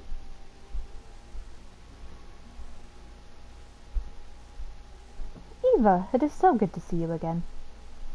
Impeccable timing, my friend. Thank you for interrupting my silly woes. I had just finished regaling Minfilia with your heroic exploits. Thancred has told me everything. You have done well to return to us. Thanks for surviving, apparently.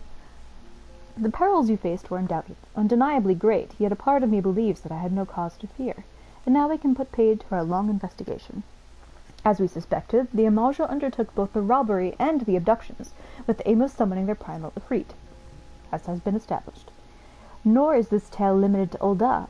Similar incidents have been rife in both Limsa Lominsa and Gridania of late. Well, I knew that about Limsa. It was there. I dare say you've been curious as to how these crimes are linked to the primals. Permit me to explain. Having manifested in the physical realm, primals must consume ether if they are to maintain their presence here, and the stronger they become, the more ether they require. Now, ether exists throughout creation. It flows through all life and permeates the very air that we breathe. Alas, this alone will not suffice to sustain the likes of Ifrit. Nay, he and his kind require a more concentrated source of ether. Crystals.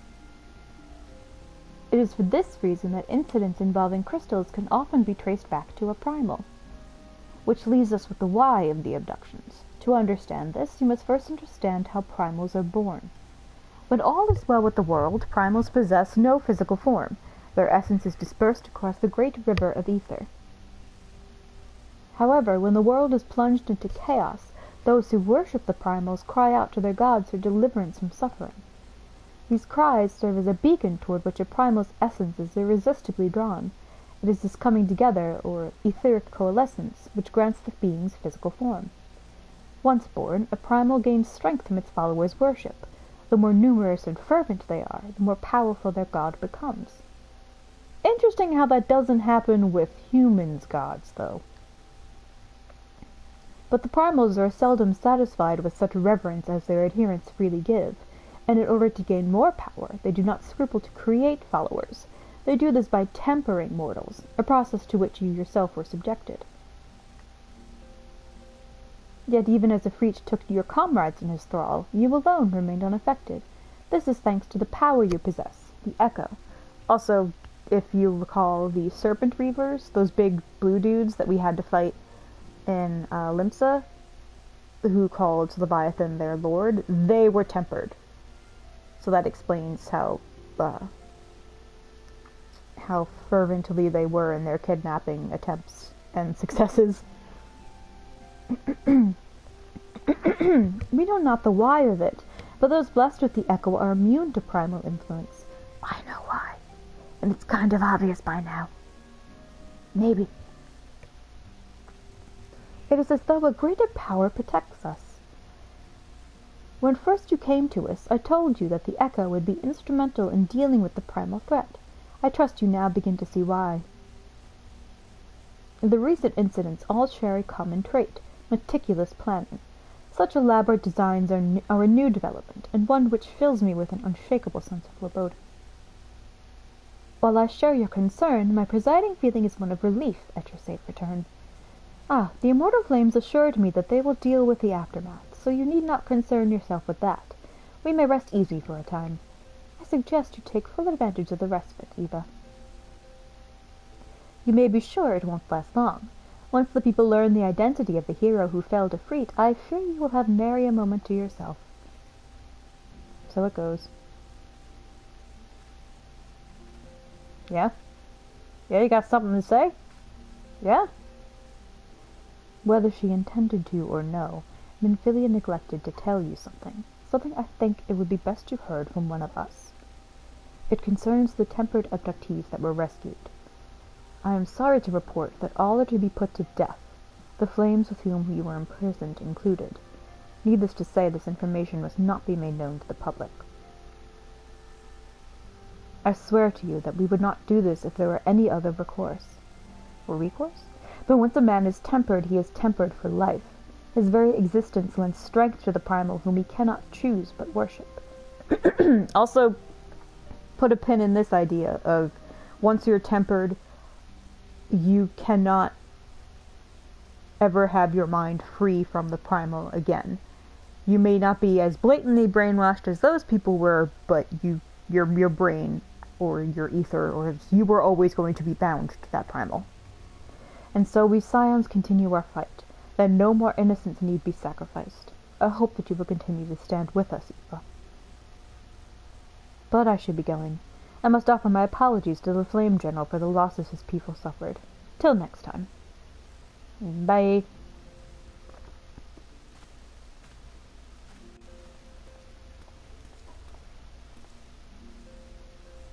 Gods forgive me, how many more lives? Louisoix would never have allowed this to happen. I have to do better. I have to be stronger. Well, you're not Louisoix now, are you? Don't worry about that. Nobody can be Gandalf. Besides Gandalf.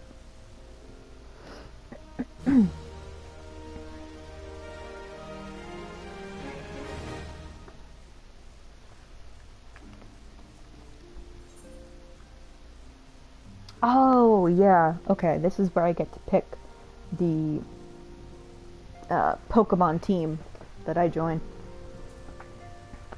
It's going to be Team Red, Team Blue, or Team Yellow.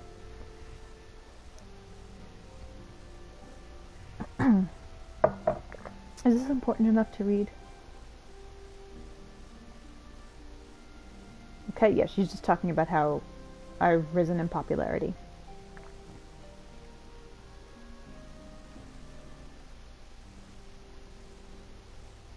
Okay, fame does not come without a price, as you will soon discover. Thanks, I guess. You're definitely going to use this fame to your advantage. You have guests. Or you have guests. Beg pardon! Hello. Ah, Lady Minfilia, radiant as always. I am given to understand that the scions of the Seventh Dawn have but recently welcomed a new hero into their midst. I am here on behalf of the Maelstrom, Grand Company of Limsa Lominsa, to offer said hero a place of honor within our ranks. As you see, Eva, your recent exploits have garnered you the attentions of the Grand Companies. Each organization would have Ifrit's Bane for its own. Okay. They would not ordinarily go to such lengths. They have evidence of their high regard for you. I find myself wondering how word of Eva's deeds spread so quickly. Not the immortal flames should know of her triumph is to be expected, but what of the other Grand Companies? Potato, what do you have to say for yourself? Get out of here. Your reputation precedes you, Mistress Bartage. 'Tis no ordinary woman who can face a primal and emerge the victor. The Order of the Twin Adder has need of valiant women such as you. Join your strength to ours, friend, and together let us ensure that peace ever reigns over the Twelveswood. Right, he's a tall elf with dark hair and a scar. I'm very, very tempted already. What a pleasure it is to finally meet you, Mistress Bartage. My comrades speak of you in the most glowing terms. That's not something you want to say about how I was almost recently set on fire. A woman of your talent belongs with the immortal flames. Join your strength to ours, friend, and together let us secure a prosperous future for Ul'dah. No, I hate Ul'dah. I would rather you guys get nuked into the earth. I don't want to help you at all. The Admiral was not exaggerating when she said you have the look of a hero. Full often does she speak of you, friend.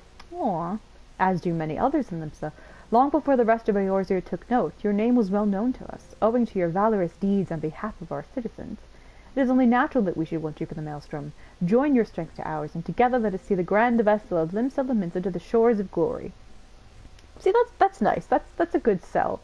And he is right in that people there have been proud of me since my origins and taking care of the problems on pirate farms. But I love your character just like, what the fuck? Lady Minfilia. Very well. Though I am quite sure you need no reminding, mayhap a brief summary of the situation would help clarify your thoughts. Okay, the Grand Companies, they're all-encompassing organizations empowered to call upon various resources of their respective city-states in times of strife. Okay, and she just names which ones they are. Okay, serving a Grand Company means you serve the nation to which it belongs. Okay, and in return for that, I'll be furnished with various rewards. And then you can also change which one you go to. Like, you could change to any of the others whenever you feel like it.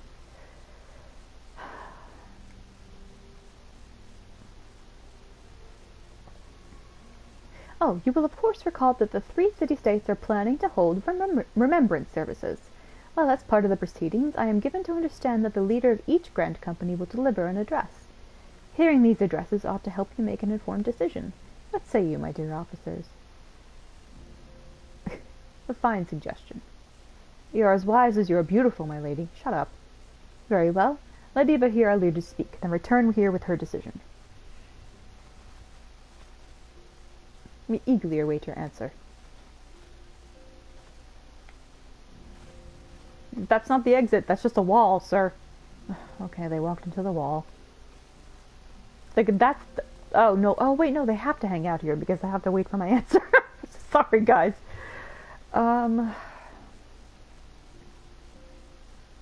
Yeah, she's just telling me it's good to join one.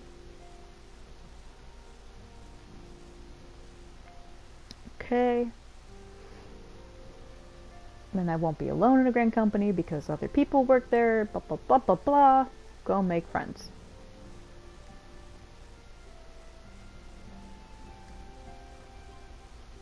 Now she's just talking about how Imamaru things. Oh, and then she's giving me a cell phone so I can stay in touch. Oh, a link pearl. I think I called it a pearl link or something like that in an earlier part, but no, it's link pearl. Eorzea is changing, Eva, and you have the power to help shape it anew. None can say what the morrow will bring, but so long as we believe in ourselves, there's naught we cannot achieve. Ugh. Stop being... That's... You belong back in elementary school so you can be like a 3rd grade teacher, okay? Speak to Tataru. Speak to Tataru, so she can tell me what to expect.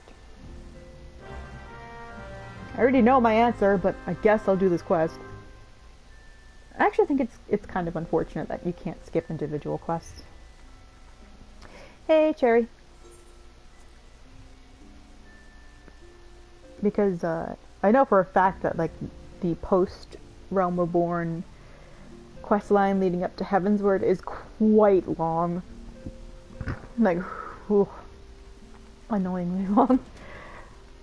So it's, and that's even with it, they deleted some quests and they shortened that whole thing, and even then it's still too fucking long. So I just think it's a shame that New Game Plus doesn't let you skip individual quests. If it does, I don't know how to do that. Thanks for popping in, Cherry. Popping may not have been the best verb to use there.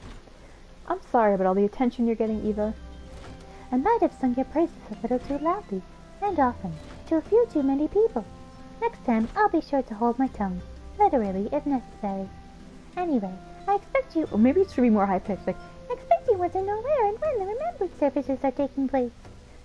If all goes to plan... Or make it really deep like this. If all goes to plan, Britannia's Grand Company, the Order of the Twin Adder, will hold the first of the 3 services, and Elder Seedseer Kane Senna will deliver her address in Niketo's amphitheater. I should probably mention that this point that due to the organizational challenges involved in assembling all of the involved parties, it's possible that the order of the services might change. Still, there's not much we could do about it. Make Redania your first port of call. Next, you'll need to go to Ul'dah, where we are right now. It's a terrible place, where Flame General Balban Aldin will be addressing the masses at the Royal Promenade. Oh, and it's rumored there's going to be a special guest. How exciting! Last but not least, you must make your way to the stateroom in Minsa Laminsa, where Master-in-Chief Admiral Myrtle will be giving her address. English is hard. The room is accessible via the Admiral's lift. Identify yourself to the sentry Xanthale, and he will admit you. Got all that? Well, off you go then. I hope you find the remembered services suitably educational. I suggest visiting the city-states in my prescribed order. Though with your record of impeccable timing and luck, the schedule may well change in favor of your preferred travel plans. Farewell. That's her kind of breaking the fourth wall and saying you can kind of go to any of them in any order, and you will see what you need. Alright. Oh, it's the same one again. Yeah, I feel like showing up to the party as Death. So we're gonna go as Death.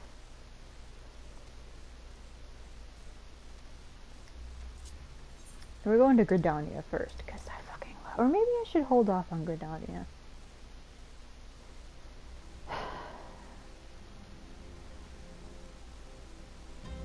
No, we're going here first. I'm like, I saved the best one for last. I'm like, no, let's do the best one first, so I have a reason to be happy. Not that I'm not happy now, but, you know.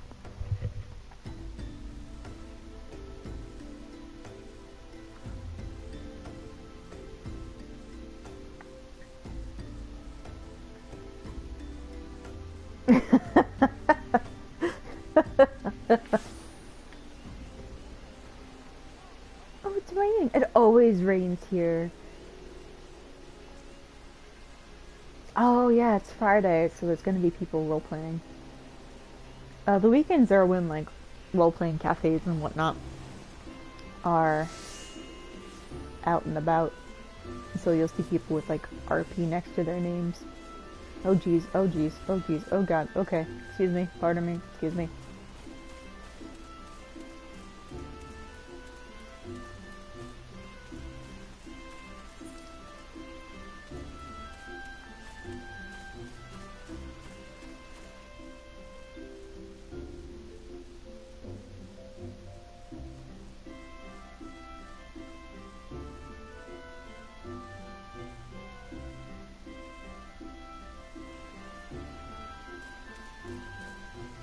Catherine Zeta-Bones. That's such a good name. Oh my god, that's such a good name. There's some people you'll see that have, like, generic bunny grill. Like, their names are either puns. Oh yeah, I can't do that in Weekend Plus One. The names are puns, or they're, like, flat out just a famous person's name. Like, I've seen Lindsay Lohan around quite a bit, which is always charming. Is the amphitheater that way? Oh yeah, it is.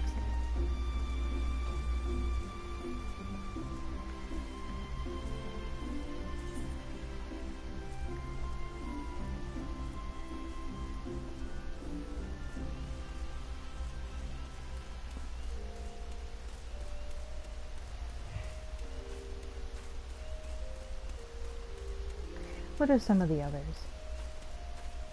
An acquaintance I have whom I don't really talk to anymore, their name is Ryan Gosling. Yeah, you can pet in this game. You can do so many different things in this game, like, in terms of gestures. Alright, when I get to a minion that's a pet, that's an animal, I'll show you what I can do. Snow Tsundere waifu. Alright, that's a little... That's not a... Oh, okay. Watch. That's a fat kitty cat. I can feed the cat. So yeah, if they're animal minions. Yes, you can totally pet a dog or a cat. If I go back, some cats, they'll run away if you try to pet them because they get nervous. A dog will do like a little happy shake. And the fat kitty cat doesn't react. But, yeah, you could pet all animals in this. Yeah, you can feed it. You can feed, the birds. Pretty much every animal minion except for a very, very small few will eat out of the palm of your hand. I lost my son to the calamity. The 3 seed seers are all together. Some say you couldn't take a step without stumbling over a body. Good lord. That's why I, Death, have come among you. Unless you can't see our face. Oh my god. Our forebears were once strangers in the Twelveswood. Fearful of the Green Wrath, they hid themselves in the dark recesses of the earth. Yet they dreamed of basking in the dappled sunlight of the forest. I just realized that I could have probably waited till daytime, also when it wasn't raining, to come here so she could give a speech. Because then it just looks like in canon she's giving a speech at like 8 o'clock at night while it's pouring rain. But that is also a very Gridanian thing to do, so whatever. Through great effort, they proved their worth to the elementals, and were granted a place beneath the boughs. So it was that Gridania was born, some 5 centuries ago. Working hand in hand, the Hyur and the Elysian settlers sowed the seeds of our civilization, and soon they were joined by folk of all races. Hyur are humans, Elysian are elves. So nourished by the waters of unity, and blessed by the light of the matron, Gridania flourished into the great nation it is today. Do you see the Gridanian standard? There, hanging behind the Elder Seedseer. Self-assured youth. Just say boy. The entwined serpents represent the unity between Hyur and Elysian. An elegant symbol, do you not agree? The Blue Cross Blue Shield. In accordance with the will of the elementals, we have embraced a life of peace. Alas, our neighbors have not always sought the same for themselves, nor for us. Now, people, men who stream this game, they see them talking about embrace a life of peace, and they're like, oh, they're hippies. And it's like, no, not really. The Gridanian belief is do no harm, but take no shit. So it's like, you know, we're not gonna hurt you, but if you fuck with us, then we're gonna fucking eat you. And, like, that... they're just not proactive with their violence. They're, you know... Back with the potato! Welcome back with your potato. You're just in time for Kanai Senna to give her speech about remembering the calamity. And I was just reiterating how Gridania is not a place of hippies, it's a place of, like, cottage core goths / semi-nihilists who believe in do no harm but take no shit. Though we Gridanians have no love for war, we have still less for those who would threaten our way of life. Ever have we fought to protect the sanctity of the Twelveswood. See, like right there, she says, okay, we embrace a life of peace, and while we don't like war, we like people who hurt us even less. So it's like, geez, so they're not above fighting if they need to. It's just, it's done in self-defense. When the Garlean Empire brought its war of conquest to Eorzea, we rallied under the noble standard of the Twin Adder that we might push back the encroaching darkness. And it was we who prepared the ground for the reformation of the Eorzean Alliance, that all the peoples of this realm might stand united against the common threat. And that's another thing. It was Kanai Senna who was like, okay,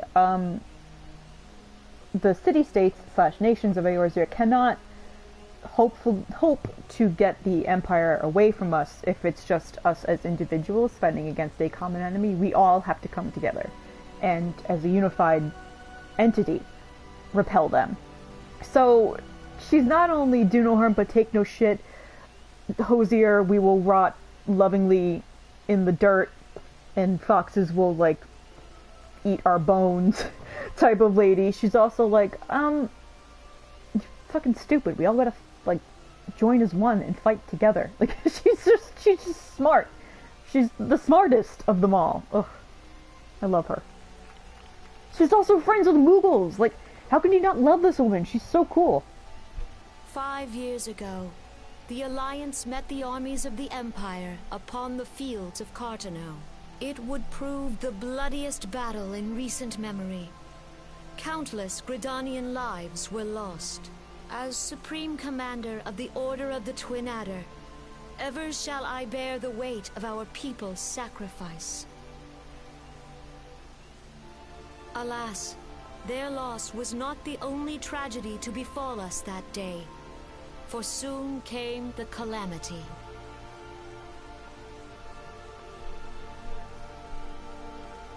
The scars borne by our forest are a constant reminder of its violence. Our lives have been irrevocably changed, each waking hour a struggle to survive. Driven to desperation, some among us have strayed from the path of righteousness, resorting to banditry, poaching, and other unconscionable deeds. To compound our woes, the Ixal have returned in force, emboldened by our suffering. They test our defenses nigh without cease, and prey upon the vulnerable. I wonder who are the main characters in this. I'm still just really amused that I dressed her as Death. And what was essentially a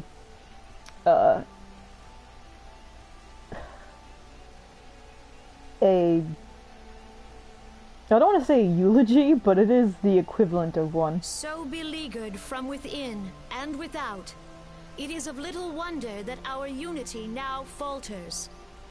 Dark times are upon us. Time was a man could walk the high roads without fear.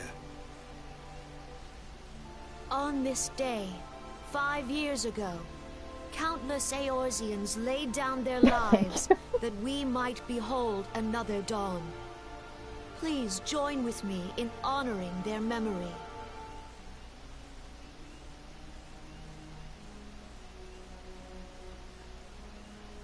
And how do you propose to honor the memory of those you cannot remember, pray tell? By being sad that you can't remember them, you stupid bitch. Cynical girl. Ugh. Is she gonna... I know who she is, but she's in this part of the game, she's like Ellie from The Last of Us. And 1, I hate The Last of Us, and 2, I fucking hate Ellie, because 3, I hate that, like, world-weary, like, sarcastic, I'm not like other girl character and stuff. Like, oh god, just... Ugh.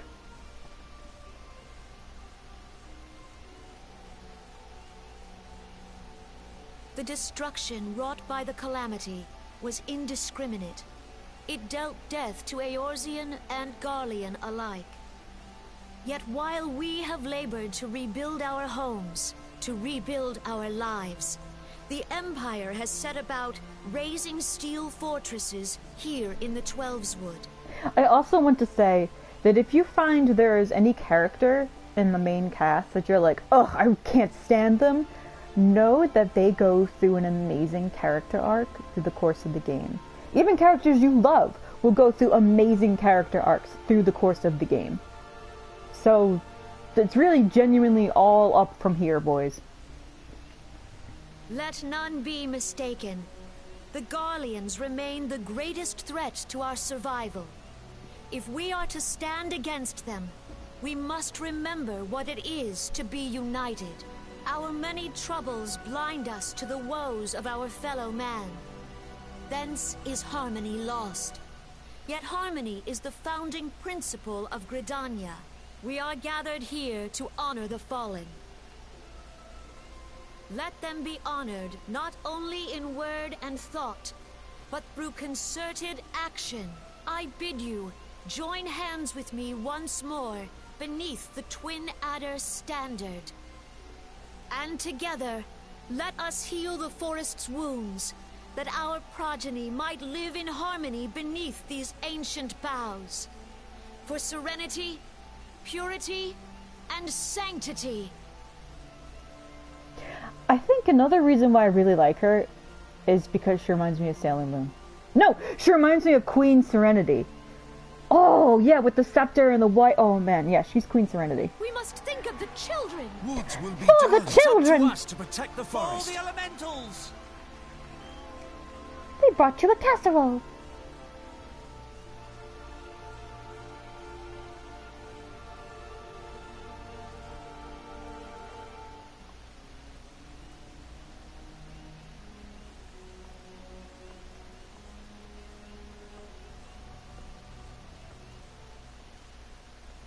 Those people behind her in the white coats were her brother and sister, and even them and the other two that were there were also Pajali. They have the horns. Yeah, have I not mentioned how much I love Sailor Moon in any of our discussions? Oh my god. Elfino.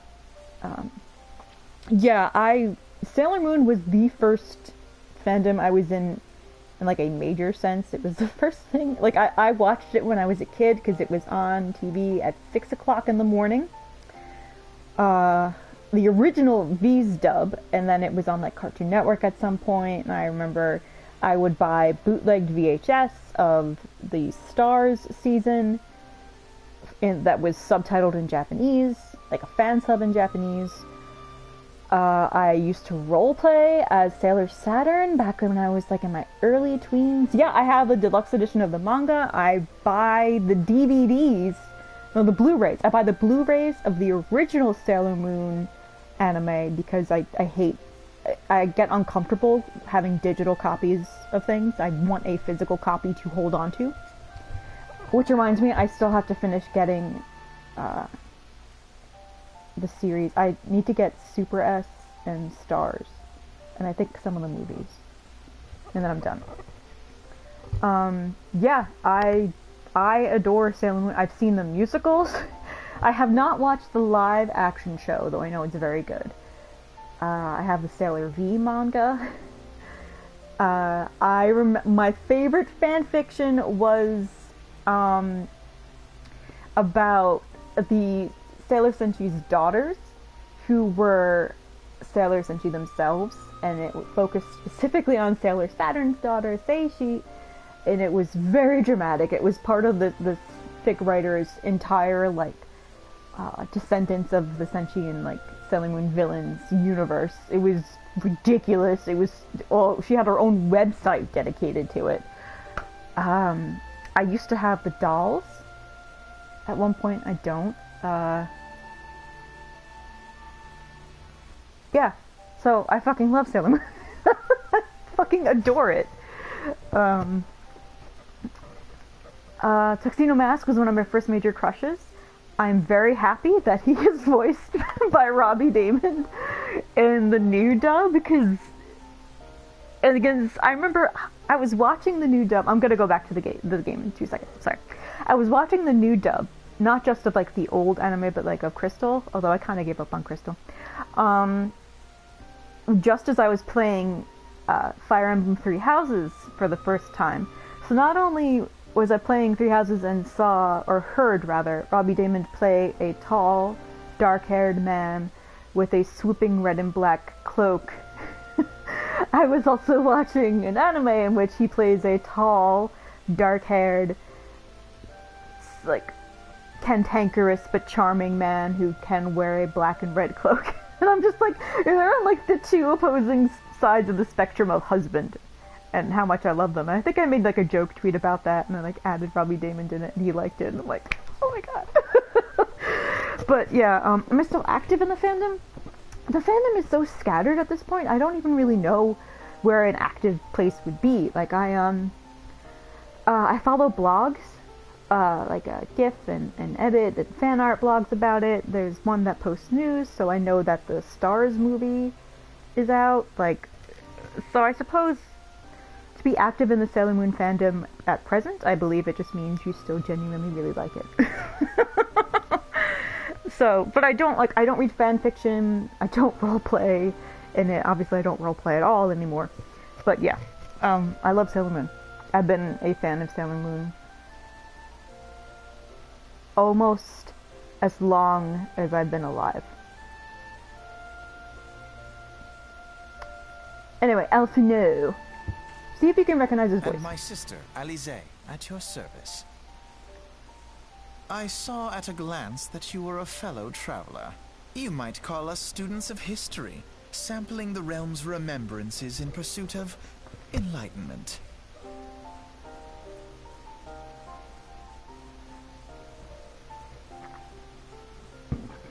I don't remember his voice actor's name.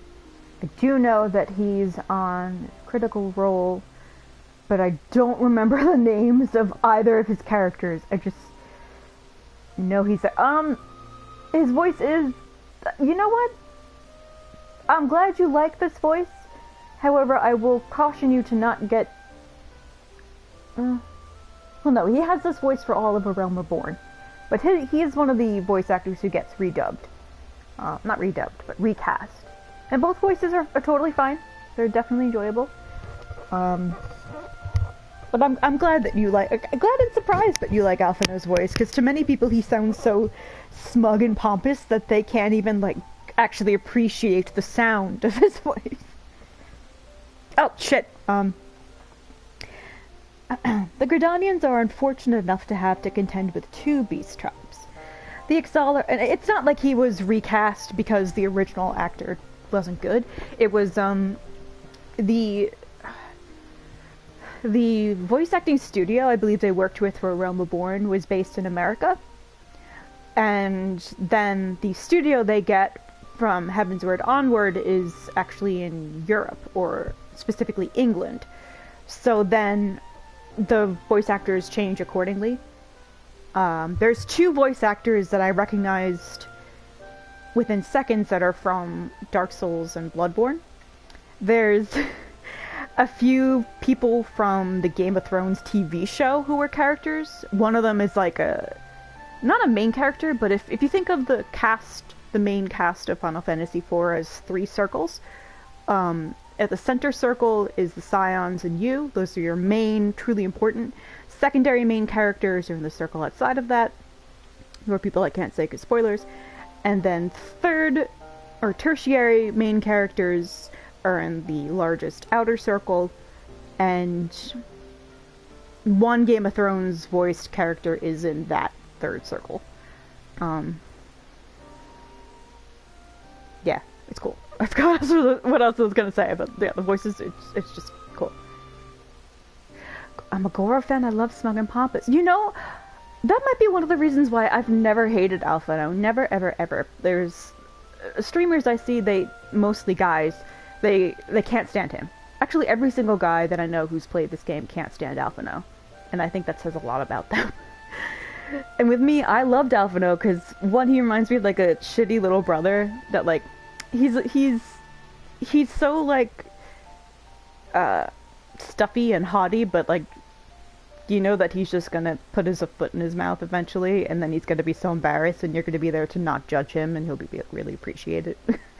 And then you mentioning that he reminds you of Goro, like, you know what? I think that's another reason why I fucking love him. His sister's fine too. The Exile are unquestionably the more troublesome, being of a naturally warlike disposition and wont to summon their bloodthirsty primal Garuda. The Sylphs, by contrast, are peaceful in nature, being mischievous rather than malevolent, and have long been on friendly terms with the Gridanians, until recently at least. And last, they have grown aloof, a change observed at roughly the same time they summoned their primal. Now, I always read his name as Rama, because Rama has been in previous Final Fantasies, but apparently it's pronounced Ramu. The outfit I'm wearing? It's the shadowless armor of Fending. You get it from the Hero's Gauntlet in Shadowbringers 5.3.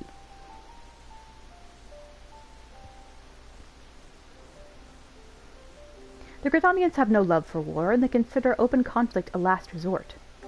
Love that we're standing here in the rain talking. Though they clash with the Ixal ever more regularly, you may be assured that they do so in self-defense. What did I fucking say, guys? What did I fucking say? As for the Sylphs, they are as yet bound by a peace treaty, though one wonders how long it will be before it is broken. The Twelveswood was grievously wounded during the calamity, leaving Gridania vulnerable to attack. The people are hopeful that restoring the wood, and thereby the power of the elementals, will put an end to their woes. Yet how long will that take? Centuries, I'd wager. Well, then you fucking start now, dude. Meanwhile, the Ixal will continue their incursions. What is she staring? She's like, man, that bird's really digging for that worm. The Ixal will continue their incursions, spurred on by Garuda and her insatiable appetite for destruction. Whether the Gridanians like it or not, sooner or later it will come to all-out war. And when it does, the Order of the Twin Adder will need all the help it can muster. Mustard? No, muster. How valuable might the aid of a capable adventurer prove to them, then? Pronouncing it Rama as well. I am impatient. Yeah, when I was watching Lobos play this game, because he went through every single Final Fantasy, when they said Ramu, he was like, Ramu! And he got up from his desk and walked away in, like, mock fury, but it's just so fucking funny. Ramu! Oh, it's magically not raining anymore. Ta-da!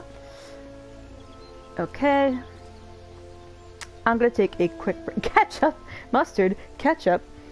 Alright, I'm going to go get another glass of water. I'll be back in a few seconds.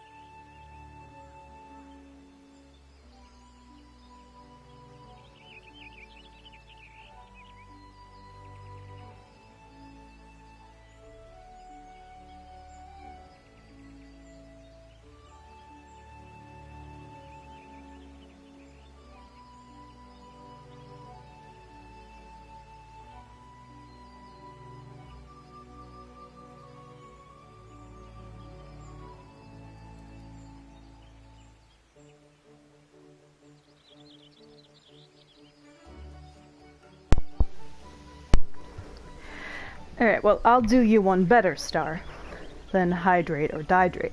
Hydrate or die straight, and there is no worse way to go than hetero. Okay. Alright, let's go talk to our pirate mom. It's been a while. It's been a while since I could hold my head up high. It's been a while. I don't know how the rest of that song goes. It's been a while since I listened to Stained. You walked in at a wonderful time. That is very true, Sing.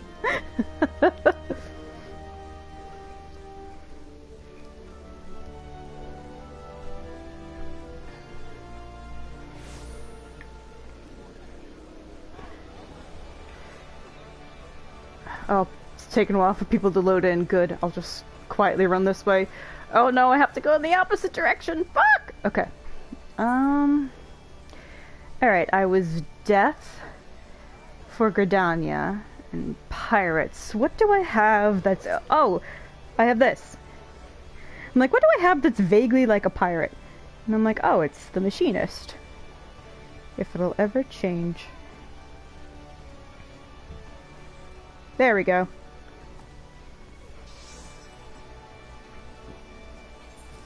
That outfit is for a specific reason that I cannot explain to you guys until Stormblood. So in the interim, we're gonna dress as this. Oh god, oh god, the person's dressed like a ghost! One of the Halloween costumes you can buy from the site is this ghost outfit where your hands are always up and they kind of like boo pose, and you can buy like the scary ghost like this person has, or like the not so scary ghost, like a sad looking ghost. Oh, Joestar's back. Yeah.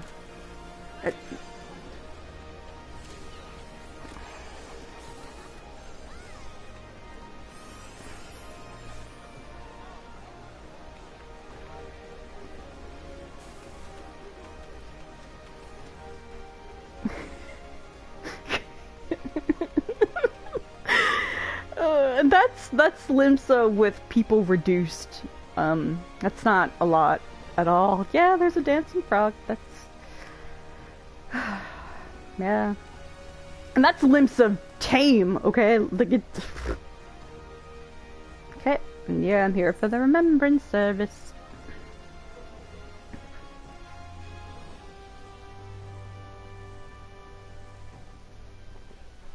The Garleans are another matter altogether. So much for our alliance. It's sunk beyond the seabed. Pirate Mom!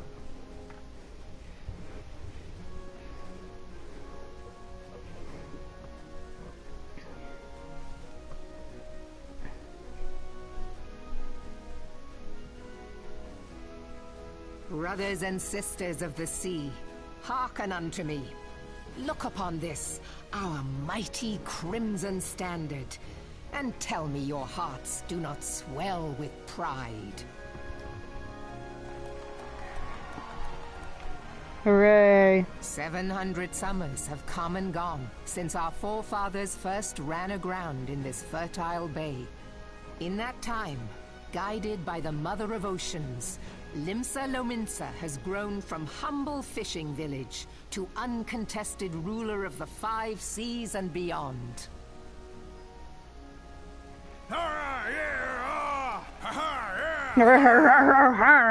Get away from the microphone, Ted. Did you look as the Admiral bid you? It is a rather stirring standard, I must say. The Crimson Field is meant to signify the blood of fallen crewmates, while the Black Longship represents a pirate vessel. No. When the Garlean Empire marched upon Eorzea, we assembled that is actually beneath really the metal. Maelstrom standard, and our grand company was reborn. All answered the call, from the Knights of the Barracuda to Hilthier's bloody executioners. And together, we met our would-be conquerors upon the field of Cartano. She reminds me, have you played Dragon Age 2, Cherry? That day, the world Or bore Skyrim? witness to the united strength of Limsa Lominsa. I swear to you no army ever fought harder or with more courage. Yet many of ours did not survive. Join me now in remembering those who fought in the name of freedom and fell. May their souls be returned to the sea.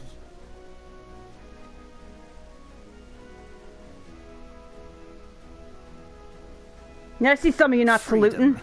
Yes, they have always been rather fond of their freedom, much as the beast tribes have. Small wonder. Beneath the surface, one would struggle to tell them apart. Huh. It has been 5 long years since the calamity struck.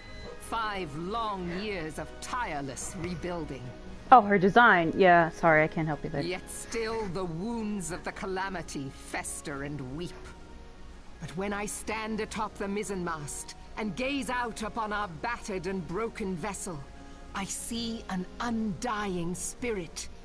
Did we not build all this from the wreck of the Galadian all those centuries ago? Shall we not do so again? Yet there are those who would see this ship of ours sink beneath the waves of the restless Rotano. Posh Goro. The Sahagin creep ashore seeking blood for their accursed god. Those fishback The Sahagin have risen? While the mines of Ogomoro spew forth kobolds who push ever south, despoiling our lands as they go. These savage beast tribes will be the first waves to crash against our creaking hull. Oh dear. And behind them swells the grim tide of the Garlean Empire. Even now the curs fly their flags within our borders. Doubt not, but that they will be upon us ere long. We are well nigh surrounded. Yet there are those among us who would rather turn their swords against their crewmates than our cannons against our foes. How can we hope to repel our many enemies when mutiny breeds below deck? Well, that's what happens when you're a nation full of pirates. There is but one course left to us. One bearing that will bring us victory over the beast hordes and the Empire both, and see this ship safe to port. We must mend the rift the calamity has reopened twixt pirate and maelstrom, and stand fast with our adventurer brothers against the coming tempest. Yeah, her voice actress is fucking amazing. She plays Knight Commander Meredith in Dragon Age 2, and Dragon Age 2 is a fucking trash fire, by the way, and she is one of the best things about it, like her character and her voice act. She is that kind of, I don't want to say commanding, but she's very fierce and ferocious and just take no shit type of female character, voice actors who plays those type of characters. Even like her character in Skyrim, I don't remember her name. I think it begins with an N. But if you've ever played Skyrim and you find this weird white orb and a treasure chest and you hear a new hand touches the beacon, that's also her. And even that role, she plays the same type of like uncompromising, fierce lady she gives commands and she will not listen to any sort of argument otherwise. It's really, really cool. Mark ye well, a crew without unity is no crew at all. 'Tis but a mass of drowned men.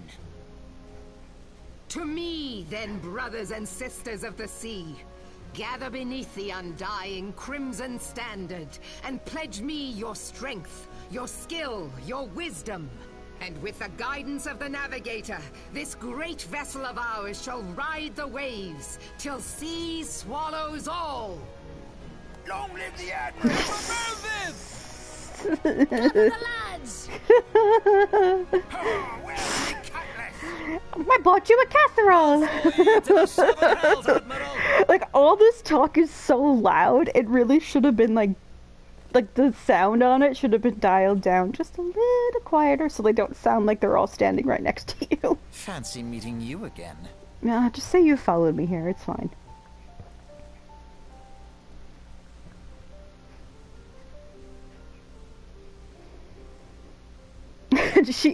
Alize is still staring at a bird, where it's like, wow, that rat's really going after that cheese.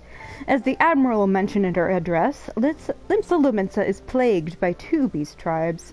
The first are the fish-like Sahagin, worshippers of the primal Leviathan. The second are the kobolds, who dwell beneath the earth and take the primal Titan for their god. As if the beast tribe's presence weren't troublesome enough, the Garleans have also chosen to erect a fortress right in Laminson's backyard. Really? Where's that one? I don't remember where that one is. They are...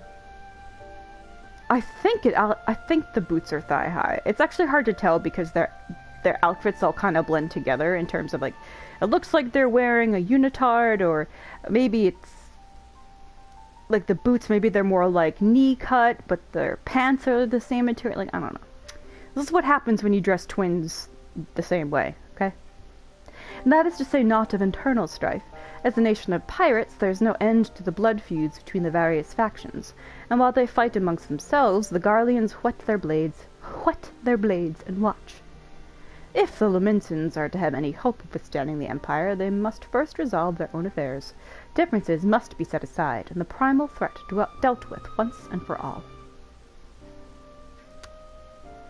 To this end, I expect that they will soon take decisive action against the beast tribes. Mark my words, the Maelstrom standard will be drenched a deeper shade of crimson ere long. That a capable adventurer like you would be a valuable addition to their crew is beyond question. But will you sail with the Admiral?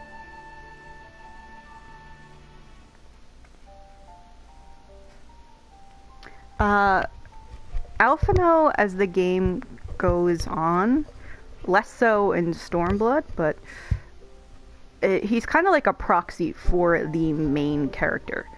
So the things that he says or decisions that he makes, even his presence in certain scenes with you, and this and then the different expansions, he's meant to be in some ways a voice for the main character since the main character doesn't talk. We have to go to Ul'dah. Ul'dah is a place of suffering. So, what should I be? I already have a gun for pirates. I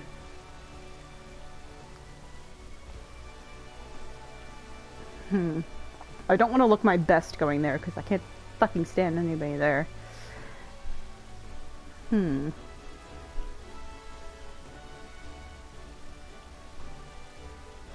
actually quite torn. It was death for Gridania. I got a gun for the pirates. And Ul'dah.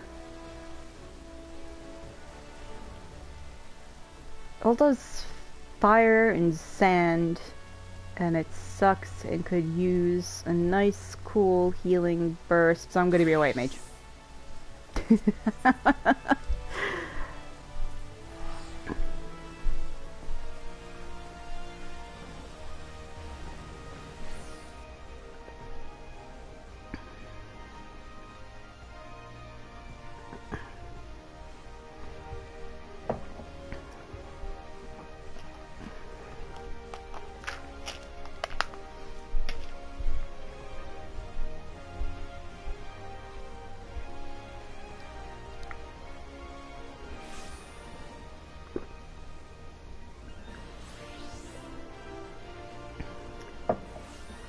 Humongous. Oh, some of these names.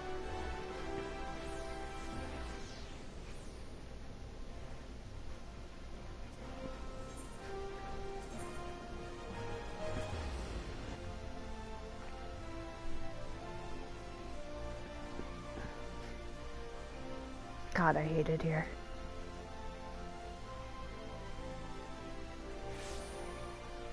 That's a naked catboy running away from me. Oh dear. I do actually have to go that way, so chase a naked catboy.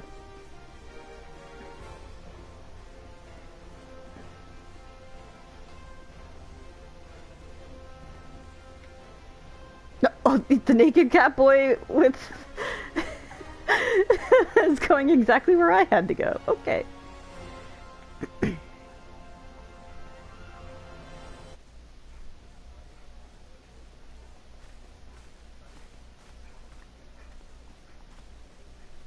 Behold, 'tis the Sultana Nanamo herself! And Roban as well!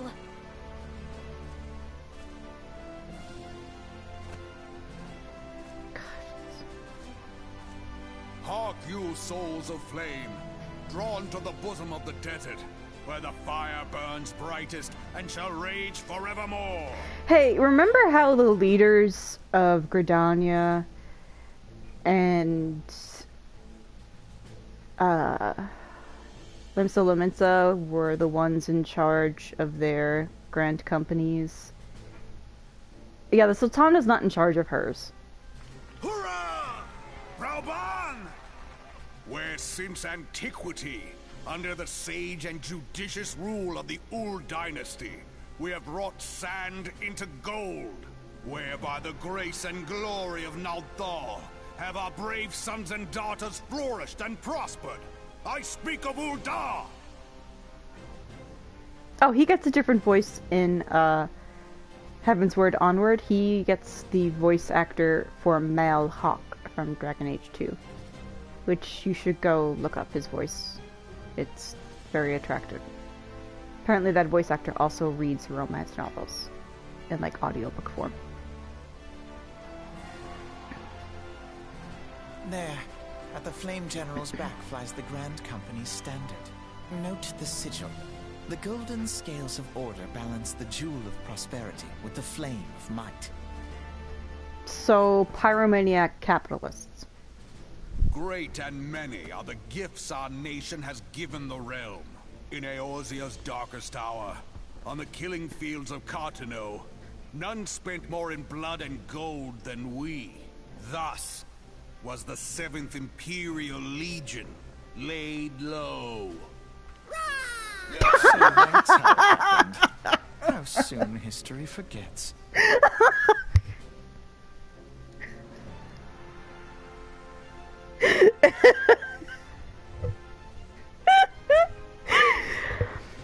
Okay, I'm gonna say it now because I'll totally forget to say it later, but do you guys remember white-haired elf Gandalf and how he did this cool white-haired Gandalf thing when shit was getting really bad at Cartano? And how white-haired elf Gandalf doing that doesn't match up fully with Rauban saying it was us who did the most work at Cartano, blah blah blah, and these tiny white-haired elves are like, oh, well, they forgot. Yeah, put a pin in that. Yet many left our gates, never to return. Let us pray for our absent brothers and sisters, that they might know happiness in the great beyond, as Thal's honored guests. If the fates were fair, the price we paid that day would have bought us victory. Alas, they are not. And now, but 5 years into this 7th Umbral era, the spirit of sacrifice which granted us our strength is all but dead. Look around you. What do you see? A people divided, downtrodden and enthralled. Where are the merciful alms of the rich? Where is the just steel of the righteous? Well, again, putting the words mercy and rich in the same sentence doesn't work because capitalism is inherently evil. I ask you, is this the great nation our brothers and sisters gave their lives to save? Yes, and they were stupid to do so. You who call this living, dishonor the name of the immortal flames. It is but a slow death. No, that's true. Our enemies surround us. The savage hordes of the Amalja wait beside our roads, strangling the lifelines of trade. Meanwhile, the Garleans make mock of our borders and despoil our land of its natural wealth. No, all right, bring it back to money. Okay. We stand on a precipice. yet we do not act. Yeah, you hear that, Sultana? Who doesn't do jack shit? Whether trader or soldier, monetarist or royalist, all must recognize that a divided Uldar stands to fall. Victory and fortune walk hand in hand. Ye who seek glory and wealth, look not to what little you can snatch from your neighbor, but to the boundless wealth of the world beyond. Now is the time to unite. Now is the time to ride forth. In the name of the Sultana, I beseech you. Line not your own coffers, but those of the immortal flames. Seek not to prosper from Uldar, but to restore her to prosperity. I do think her design is very cute. I also think it's a deliberate meta design to make her look as childish as possible, considering how she's treated. As the realm prospers, so shall Uldar. As Uldar prospers, so shall her people. Yeah, for Uldar! Together we are one.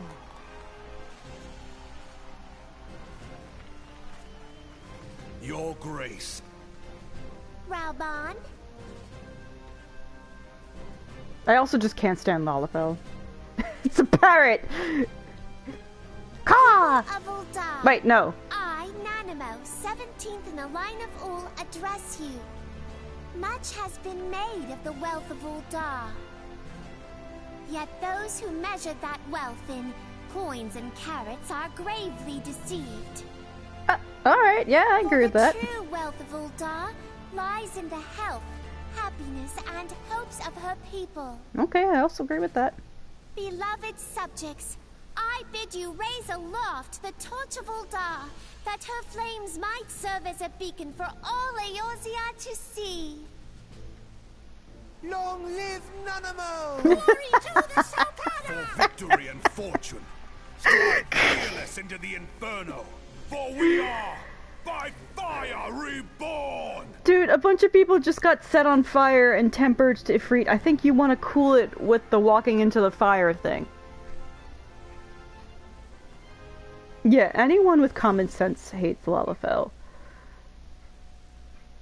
Forsooth? The time is now! I fancy meeting you again.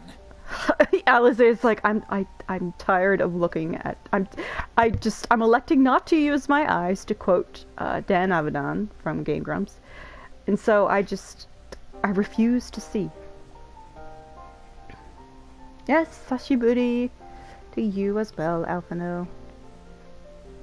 The Uldans have a long history of conflict with the Amalja, the beast tribe that worships the primal Ifrit. Judging by your look of distaste, I take it you have encountered them. No, my look of distaste is because I have to come back here. And look at that low-res standard. The Uldans do not shy from confrontation. If aught threatens their precious prosperity, they will seek to crush it. Okay, so fuck them. So have they dealt with Ifrit thus far, smothering his flames each time he is stoked to life. I thought it said stroked. I was really uncomfortable for a second. Yet he is but one of several problems. Though they have been quiet these past 5 years, the Garleans have not gone away. Oh, excuse me. Meanwhile, oh, she sees again. Meanwhile, refugees continue to arrive in droves, and Uldar has no clear policy on how to deal with them, because the idea of amnesty and compassion doesn't work here. After all, not even the Sultanate's coffers are bottomless, and even assuming they had the coin, resources will be ever finite. Which brings me back to the subject of Ifrit. It has been observed that the Amalja are summoning him with ever-increasing frequency. I can tell by your singed eyebrows you are aware of this. Every time they do so, the Uldans send their forces to smite the primal, and though they invariably succeed, each victory is bought with blood. It is a war of attrition which they cannot well sustain. Small wonder, then, that the immortal flames are eager to recruit more members. At such a desperate hour, an adventurer of your experience would be a most welcome addition to their ranks.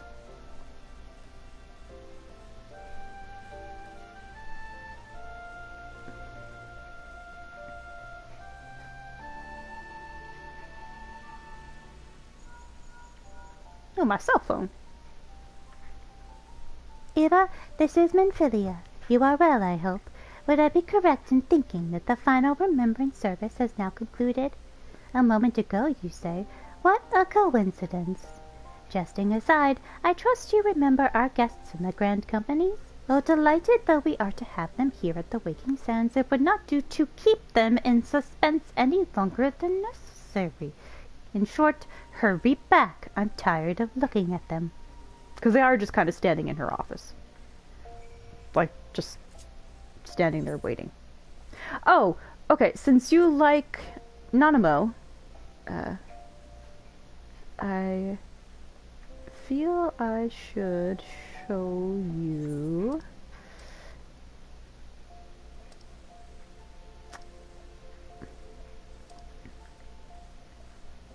this.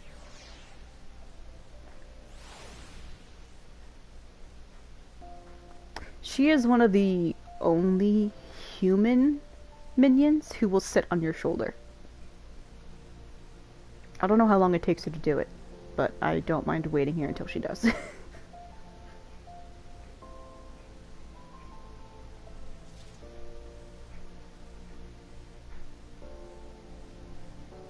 Yeah, she's really small. Can I get closer to her? Kind of. Not really. Oh, there we go. Okay. Yeah, I don't know how long it'll take her to sit on my shoulder, but like I said, I don't mind waiting. She kind of just like climbs up your back and stays there. And that's her laughing. Alright, come on, kid. Just hop on up here.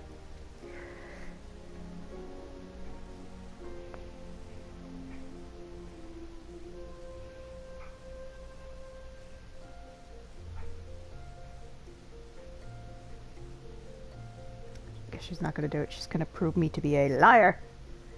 Watch, I'm going to move my character, and she will start moving, and thus will the animation be interrupted.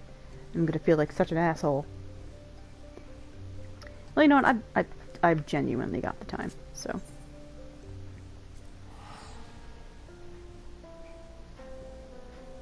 I don't think I've ever used her as a minion before. Like, I just got her because I had the items to turn in and trade for her, and it seemed like a good idea at the time.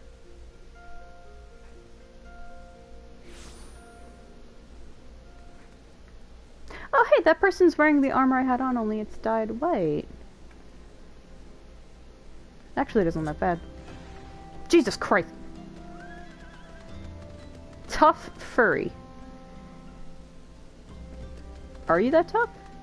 Well, I mean, you're out here in a fur hat, and it's a desert, so yeah, I guess you are pretty tough.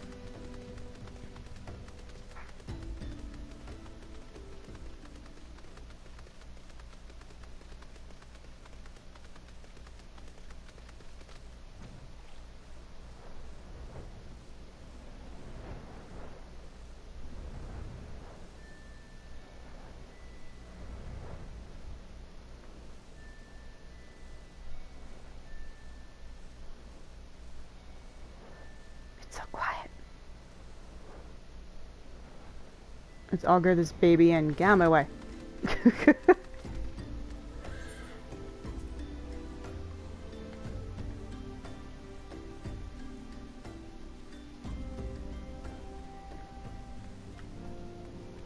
Oh, yeah, they don't bring your minion in here with you. I don't know why. They just don't. No minions allowed.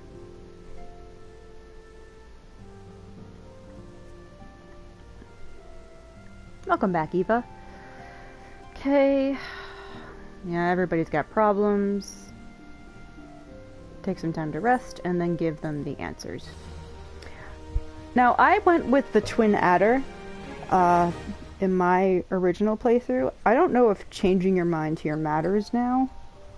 Like, I doubt it'll change my other one, but we'll see. The gods only know what grand company our adventurer friend will keep.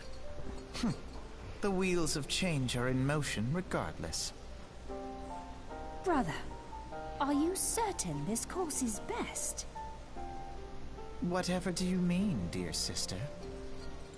The so-called remembrance ceremonies were little more than standard waving rallies. Well, it was to make people focus on what's important about the country and not have them focus on the abject misery they've been living in for the past 5 years. As though the Calamity and Seventh Umbral Era warranted scarcely a mention. Again, it's been 5 years. You have to remember though that these two, they're about 15 years old at this point in the game. So they were 10 when the Calamity happened, and any personal attachment or loss, hint hint, that they may have to the Calamity runs deep and significantly so, but they're also incredibly immature and stupid because they're teenagers. Yeah, they're baby. Of course they were standard waving rallies. Oh, and another cute thing about Elezen is they stay this height, like a kind of early teenager height, until their mid to late 20s, and then they become like 6.5 feet tall. 6.5 to almost 7 feet tall. Since you are so observant, mayhap you noticed what mention was made of the Warriors of Light? None. I suppose they must have forgotten the heroes who spared Eorzea a fate worse than the Calamity? Let's look at this lamp. No, dear Alize, they haven't forgotten these details. They have elected to omit them. Just like you elected not to use your eyes. Deep are the wounds the Calamity inflicted upon Eorzea. So deep, in fact, that the realm still bleeds. He's right. Needless to say, the beast tribes and their primals do little to alleviate the pain. He's also right. The task of salving Eorzea's wounds falls to the scions of the Seventh Dawn, with a little help from our friends, the Grand Companies. Remembrance will yield no remedy. If our world is to heal, we must put the horrors of the Calamity behind us. He's not wrong. Our grandfather would never entrust the fate of the realm to despots who rewrite history to their convenience. And there you go. Their grandpa is Louisoix. And that's why she's all about remembering, and he's about continuing progress. Because their grandpa Louisoix was an Archon from Charlian, so therefore he's basically like a lifelong scholar slash magician slash ever and onwards trying to improve and fix things.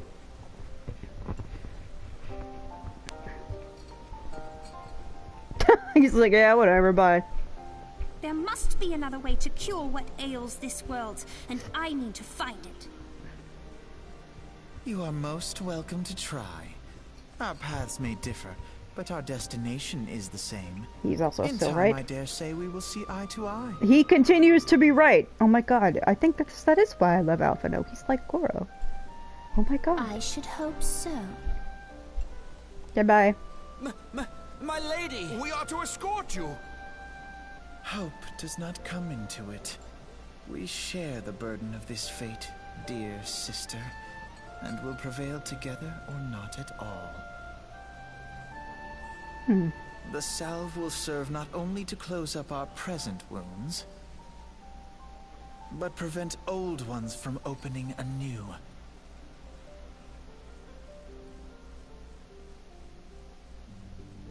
Yeah, we're not going to see Alize again for a while, by the way. In fact, you don't see her again. And if you don't do the Realm of Born quest line that involves her, you don't see her again until, like, the post-expansion content of Heavensward. He's just spitting facts and sipping tea. He's not spilling the tea so much as he continues to drink it and then breathe it out with every breath and transform it into words. Okay. So we're obviously not joining the Flames because Ul'dah is terrible. So our choices are the Twin Adder, because this lovely Elezen gentleman wants to come court me, and the Maelstrom, whereas pirate mommy is. Now, like I said, I've joined the Twin Adder in my game. Most people, what they end up doing is they usually choose like this or Twin Adder, because to get to the Grand Company headquarters from either of these two, you could just go to the main Aetheryte in Gridania or Ul'dah and walk right. You just step to the right and the office is right there. For the one in Limsa, you teleport in and then you have to teleport to some other place in the city to get to it. So it's just considered a little bit inconvenient. So, and you can, like the game reminds you repeatedly, you can always change your company at any time. And it doesn't really matter, like you don't get different missions. And there are like main story quest lines where you end up in the Flame office or very briefly here. There's none that really bring you to Gridania's, which is why another reason I liked going there.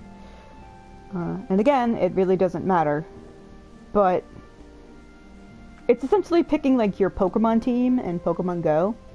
They're going to be Team Yellow, Team Blue, or Team Red.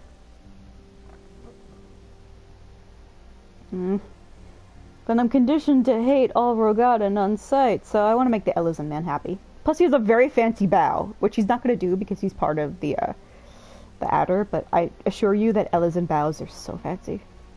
Ah, I take it the Elder Seedseer's words have touched your heart. Have you resolved to entwine your destiny with that of the Twin Adder? Keep talking about entwining with me and I will do whatever you want. You have chosen wisely, my friend. The Elder Seedseer will be overjoyed.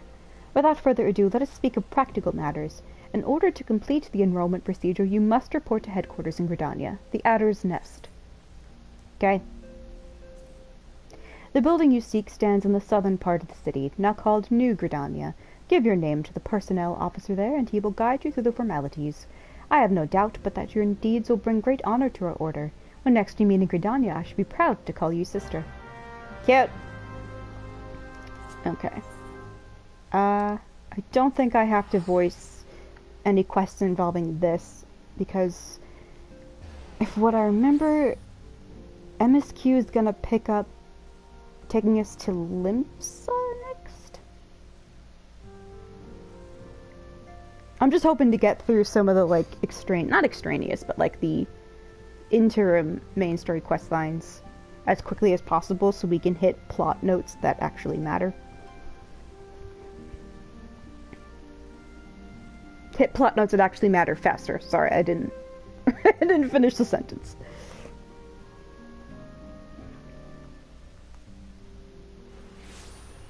By the way, we will be doing the quest that lets us see Alize before post Realm Reborn.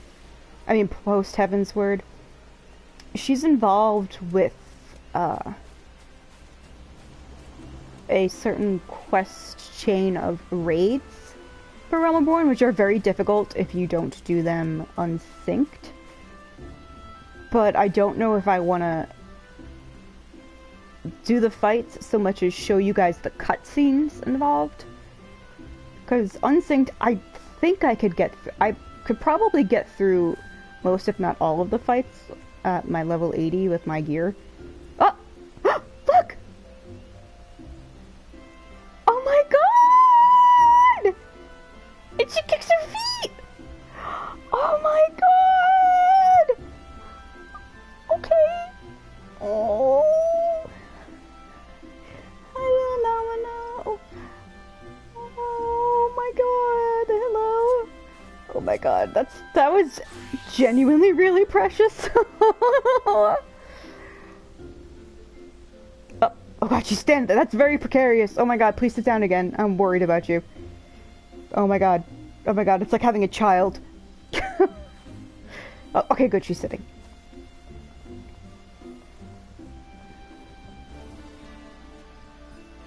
Altoid Frosty Breath!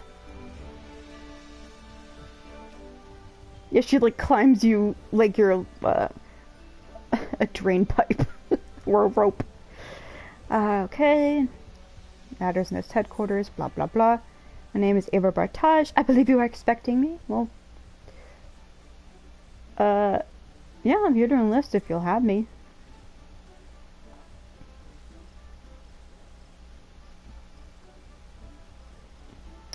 Yeah, he's happy to meet me. Yay.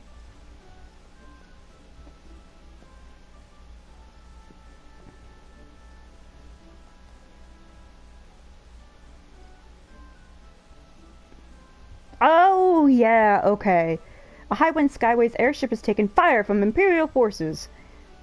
Okay, vessel's engines were crippled and forced to make an emergency landing. Well, son of a bitch. Eva, I know you literally just walked inside, but can you go see what that's about? Okay, he's worried about how close it is to Garlean territory. Okay, yeah, I'll do it. Oh! I've never seen what it looks like when a shoulder-sitting minion climbs up your back. Because I have a red panda that he can follow along next to you, but more often than not, he will like hang over your shoulder. And he did that yesterday and stayed on my character's shoulder for 7 hours. And I don't mean 7 hours of in-game time. I mean, I played the game for 7 hours straight and he did not move.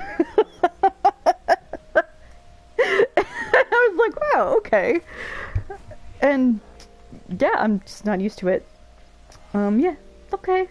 It's the little feet kicks that get to me. Alright, where the fuck am I supposed to go? The 9 Ivies. 9 Ivies, I think is in east?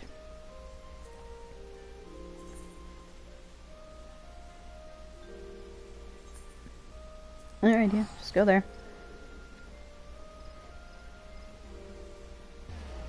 I'm surprised she doesn't immediately start as like running up to your shoulder because of how tiny she is and how like quickly she has to run to catch up with you.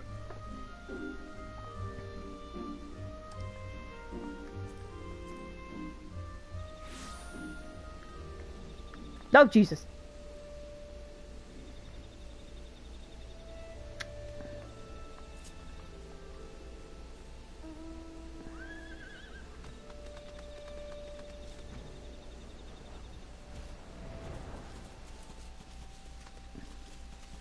Up, went down the wrong road.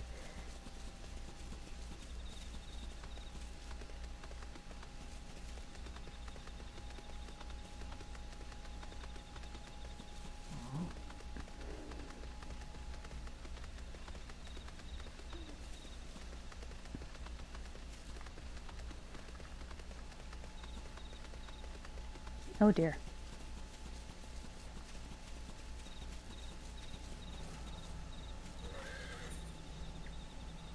Oh, an instanced fighting thing, so it's level synced.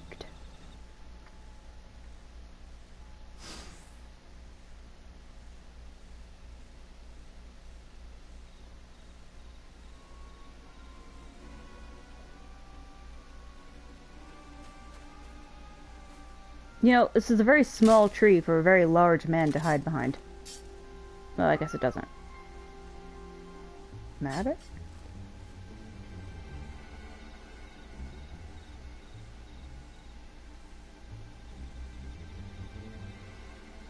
An adventurer? What are you doing out here? No, wait. Let's find some cover first. So you see the wisdom in hiding behind a thicker tree. Excellent. We're off to a good start. Okay, we didn't move that far, but... This is a much bigger tree. I appreciate and approve of this plan. The Hatter's Nest sound too. How do I know you're not an Imperial spy? You don't even have a uniform. Yes, I don't even have a uniform. Of either of them.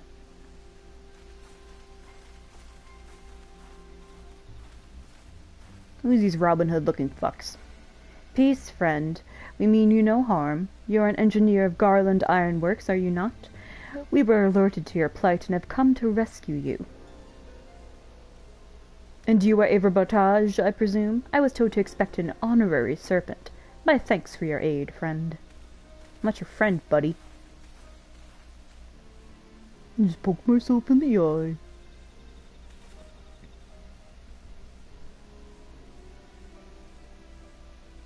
Stormtrooper eye vision. You know, You're not wrong about that. I've never seen a craft of this design. It must be Garland's work. There's no end to the man's treachery. The secrets of Magitech belong in Imperial hands. They are not to be squandered on Eorzean savages.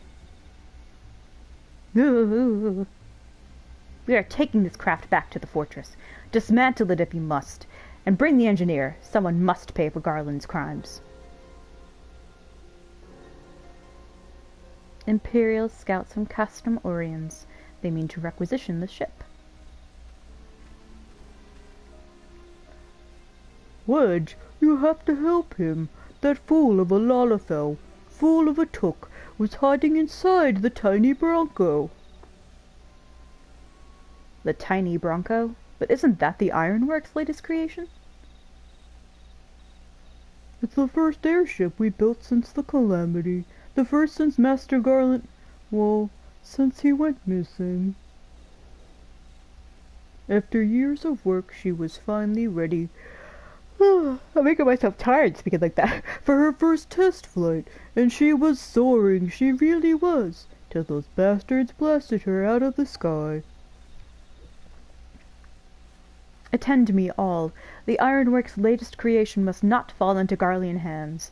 We shall strike them swift and sure and rescue Engineer Wedge. Eva, I trust we can rely on your support.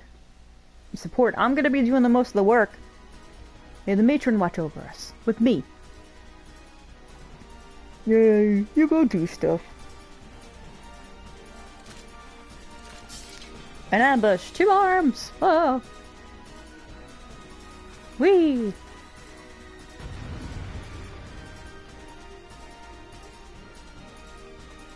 You remember how you said Stormtrooper Eye Vision?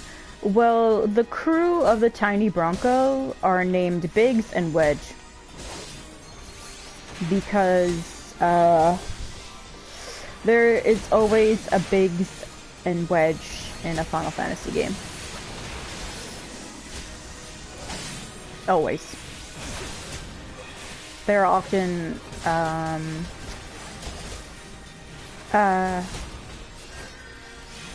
comedic relief. I was like, there's a term for it. What's the term? Use your words, Kristen.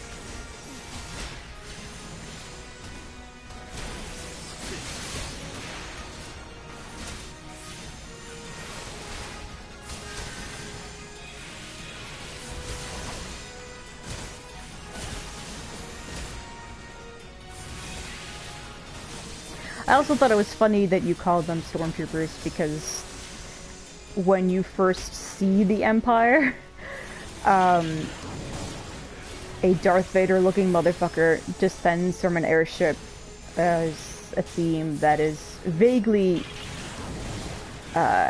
Imperial theme-esque plays. It's getting to the point where I'm not tired, but my brain is slowing down, so I'm like, I'm losing words. I know what words are, I just don't know how to say them.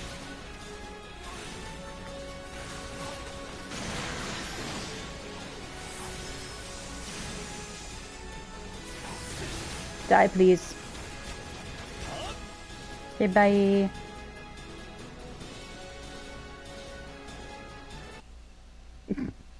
New music abruptly halts. Biggs!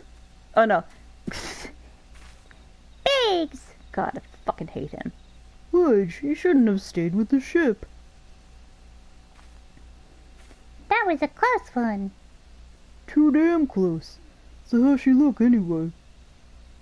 The auxiliary propeller is a dead loss, but I think we can wring enough thrust from the main propeller to get it airborne.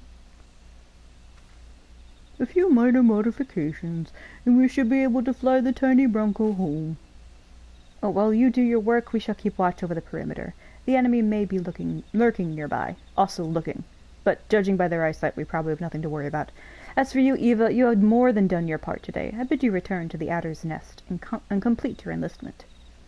I pray there will be no further interruptions. Okey-doke. Just wanted to say sorry, you know, for calling you an Imperial spy and all that. Well, talking like this really is making me yawn. Oh, got that one wrong, didn't I? Ha ha. Seriously though, If that hadn't been for you and the Twin Adder lads there, we'd be chained up in a dungeon by now. I'm in your debt, friend. We both are. Yeah, just keep the fucking Lalafell away from me.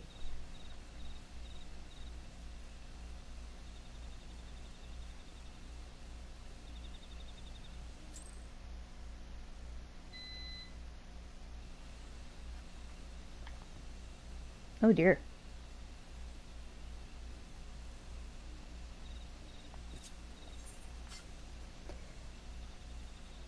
Oh yeah, just go back to the city. I'm like, wait, what was I doing? Oh, she's still on my shoulder!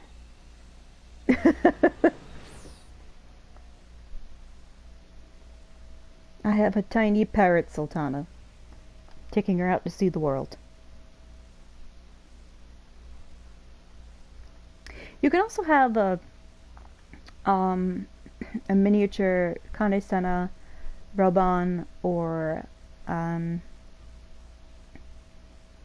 Admiral follow you around.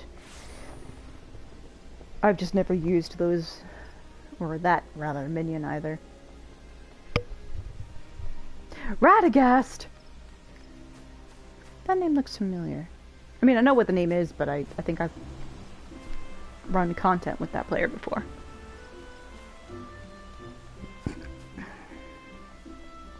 Oh dear.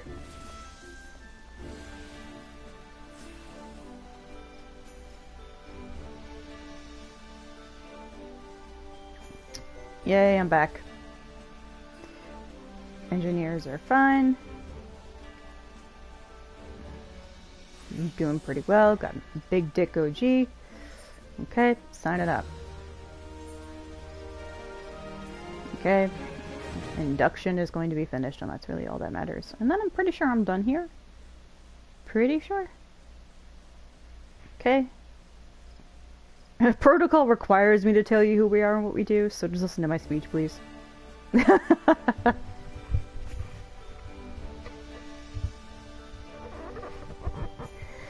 Order of the Twin Adder is the Grand Company of Gridania. As previously implied and outright stated, it brings together the martial, pretend he's reading off a piece of paper, economic and technological resources of our nation, that we might stand strong in times of direst adversity when our very survival hangs in the balance. Our order was formed in the days before the calamity, in readiness to fight the Garlean Empire, and to combat the beast tribes and their primals. Needless to say, our struggle continues to this day.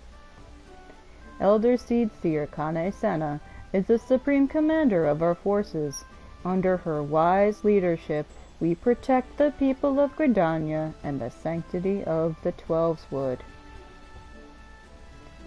As the entwined serpents that grace our standard, let Forestborn strive as one, with friends from afar, to ensure that peace shall ever reign in Gridania.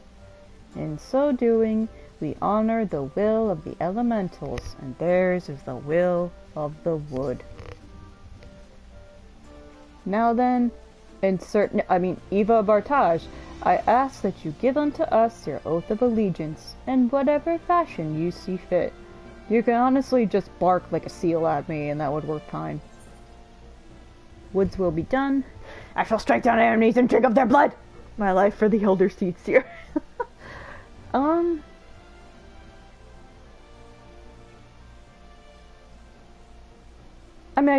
I personally have a crush on her. I don't think Eva does. So, she'll just play along. Really, oh, what's will be done.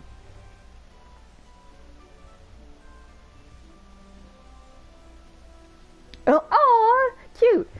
So you know the words of our grand company. That is well. Bound by this common belief, let us strive to preserve all that is good in this great nation.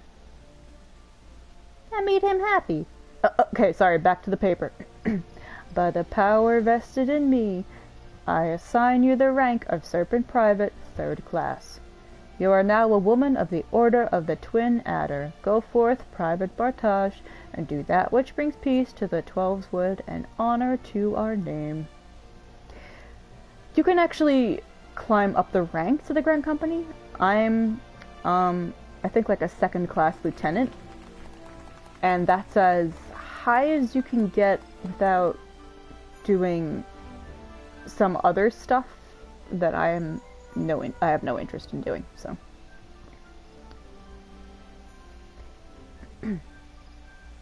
Hold on.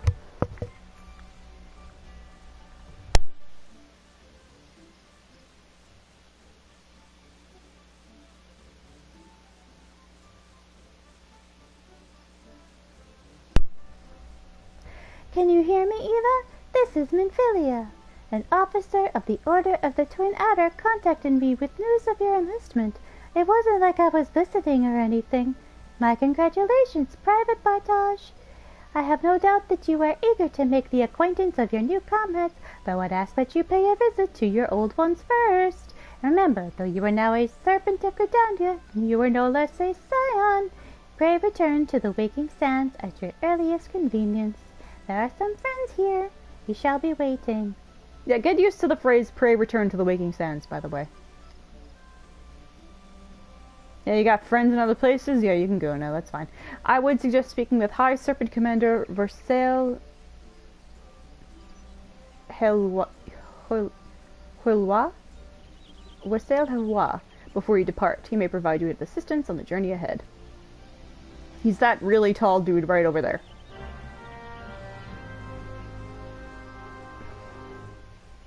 Oh, hello. Okay, that's how I get a chocobo. This quest must be completed in order to proceed to the end of the main scenario.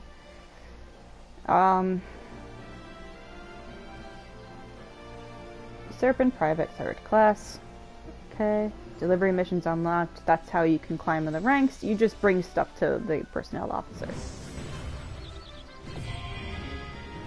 Christ, that was a lot of noise all at once. That was terrifying.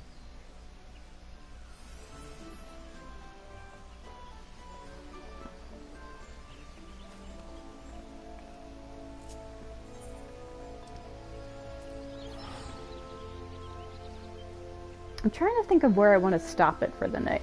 I mean, it's only 10:30. I was probably going to go for at least another hour.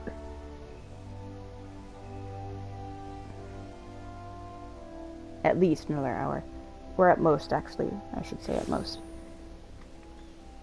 But I can't remember what plot beats I should... Or not I should. I can't remember what plot beats are coming up.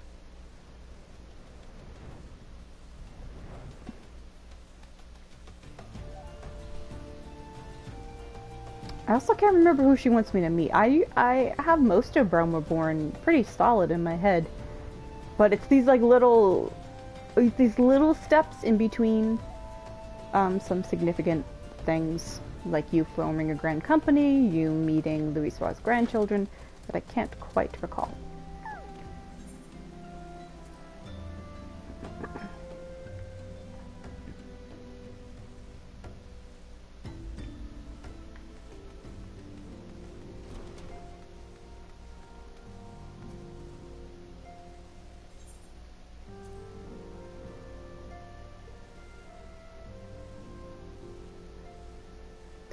To talk her again. Welcome back. I'm never going to remember the voice I give her. It's just going to be some airy-fairy lady voice from here on out. It seems you wasted no time putting your skills to work. How do I know?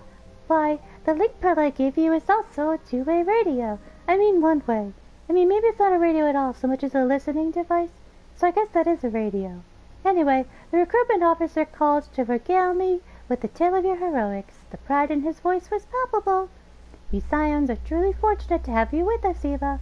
It's a good thing we bribed you with servants. Now, when last we spoke, I said that I wanted you to meet some friends, did I not? Well, I neglected to mention that you have already met. Hee hee, I tricked you. Again. Ta-ta-da! Please show them in. I can't remember her voice, so... Oh, for fuck's sake! I thought I was free of you! Thanks again for bringing us... whatever, you're welcome. We owe you our lives, and once again, I do not want your lives. I've seen them, and I'm not impressed. I'm Biggs, and this little onion-topped loser is Wedge. Wedge at your service! I'm pleased to say that Biggs and Wedge will be staying with us for a while.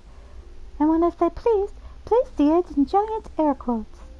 Just don't tell them that.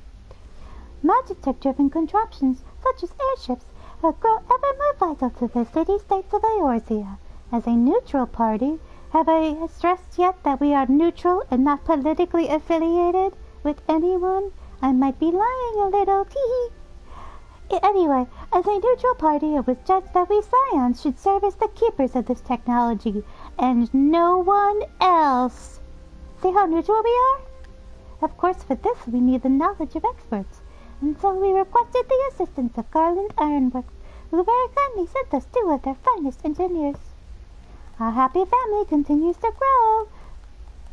On behalf of the scions, I bid you welcome to the Waking Sands.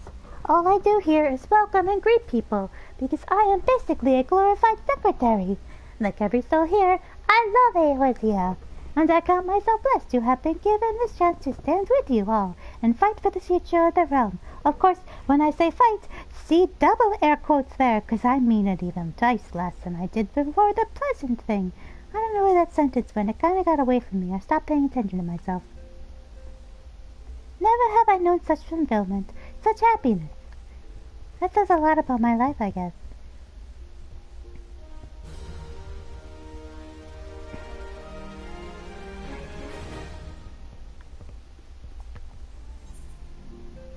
Oh, cool. Finally, we're going back to Gridania. Okay. And Philly, I need you to investigate the sylphs. Oh! That might be a good place to end it. Yeah, I like my voice for her better. We have a favor to ask of you. Urianger, have the documents arrived from the students of Baldessian? Aye, my lady. They arrived but recently. We have conducted a study at the behest of the Order of the Twin Adder. Papalimo, Ida, a synopsis if you would. Our task was to survey the behavior of the sylphs, a beast tribe indigenous to the Twelveswood. Oh, how to describe them. They look like gisselcreens, floating ones, that worship the primal Ramu. Ramu? She's not wrong when she says the sylphs look like floating greens, by the way. I call the sylphs either lettuce or lamnis bread, because they look like the bread that Galadriel gives to the hobbits on their journey in Lord of the Rings. It's really cute. Though technically a beast tribe, sylphs are blessed with a comparatively personable demeanor, conducive to peaceful communication. Offering us an invaluable opportunity to learn what the beast tribes know of the primals. Because we haven't tried to talk to any of the others before. While Ramu's existence is well documented, the sylphs do not, or perhaps cannot, summon the primal any longer, insofar as can be ascertained. Until such time as we know, it would be unwise to assume that the threat posed by the primal has passed. Which leaves Gridania with the added worry of not knowing what they should be worrying about. In that regard, they are hardly alone. What we can say with absolute certainty is that Gridania has its hands full fending off Garuda, who, I need hardly remind you, is among the most savage and terrible of all known primals. In short, it is essential that we approach the sylphs in as diplomatic a manner as possible. Words and actions can be misconstrued. The only sure way to communicate our intentions is the echo. Alright, no one eat any salads while you're there, by the way. Winning the sylph's favor may well bring us a step closer to mitigating the threat of the primals. Will you help us? Yeah, I guess. I am grateful.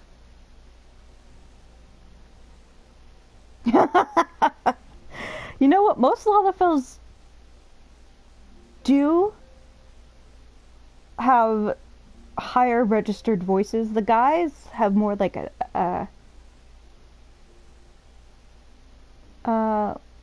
what's like the higher male singing voice? Is it baritone or tenor?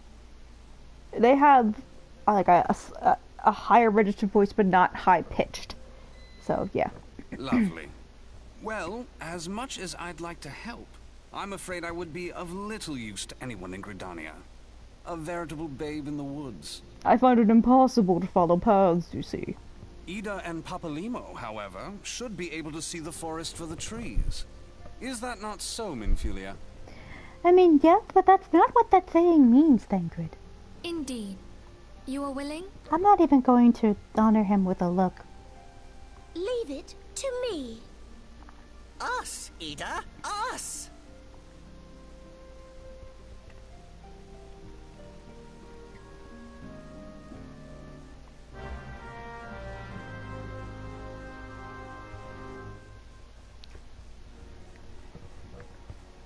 Oh, this little green thing, by the way, this is the Garuda that I can summon, which I want to say that they're changing the look of your summons in Endwalker.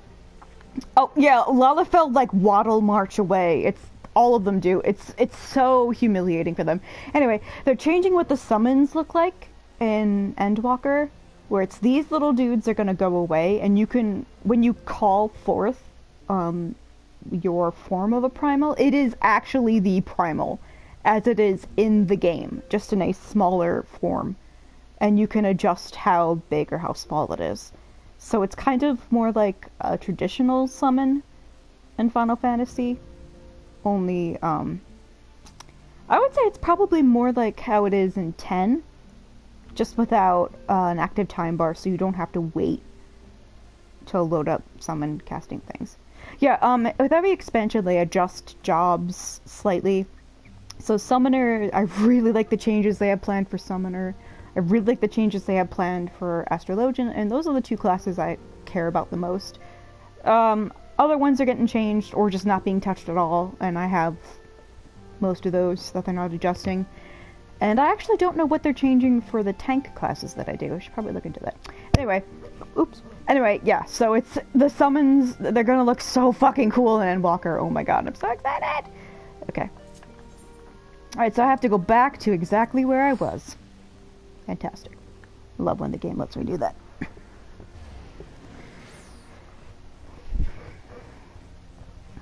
Much like the first stream, I'm probably going to close it out with just a random dungeon. And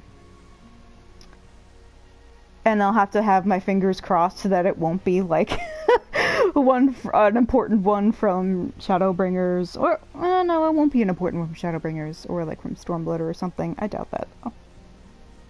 Sage does look. Sage makes the scholar class completely irrelevant, which makes me happy because I fucking hate scholar. Like, yes, you get to summon up a cute little fairy, but scholar as like a healing class, and this could just be me as a person. I think it very likely is. I find it like one of the most non-intuitive classes to play. Like, its rotation doesn't click for me. Its healing abilities don't feel sufficient. It feels so much more like it leans too heavily on shielding and preparation, which doesn't work if you're, one, going in blind or something, or two, haven't quite learned the fight yet despite already being in the fight. So it just doesn't feel good. And then you have like no DPS, so like there's really no attacks you can do besides like punch in the ground with your book. Like it sucks. Like and then the second they announced that Sage was one of the new upcoming classes, I'm like, Sage is just a better form of a scholar if we're looking at like word definitions and stuff. So scholar is just, I expected it to be scholar to be totally replaced, or scholar to then turn into Sage. And not only do they kind of do that, but they're not making any changes to scholar in Endwalker. And you would think, oh, that means there's no improvements to be made for it. Because Machinist and Red Mage, as far as I know, Red Mage, they're not being touched because They're actually pretty solid as they are. Not so. Scholar's just not getting any shit because Sage exists. Oh, get fucked, Scholar. Oh, he's so tall. Hello. Oh, it's just a terrible habit of mine to think aloud. Oh, it's okay, buddy. Oh, God, my head is killing me. What brings you here?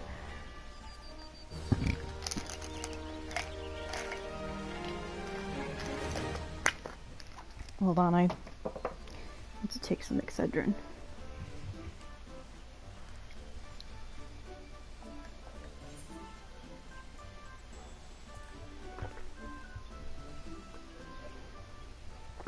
Most, if not all, Elysin, by the way, will have Frenchy looking / sounding names. So if I botch it, it's because, one, I don't really know how to pronounce words / names in French, and two, it's made up French, so it's even more like, what the fuck?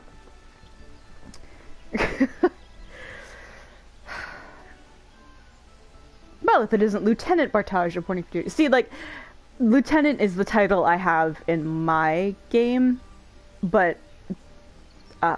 when you start the quest, you're a private, so I actually kind of find that funny.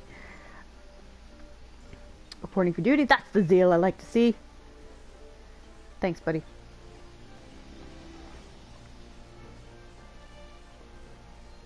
You know, for all the silly walks that the Lalafell have, when they run, they fucking book it. Like, you can't catch up to them. And then when they jump really goddamn high. I think they jump almost as high as a Viera. And Viera, like, they're not only so tall, they're so, like, graceful and spry as they jump because they're bunnies. So it's ridiculous. Pleasure to see the two of you. Okay. Okay, told us the otters are in need. Damn right we are, motherfucker. Go talk to the sylphs, please. Look, here's our flag. The sylphs are peaceful.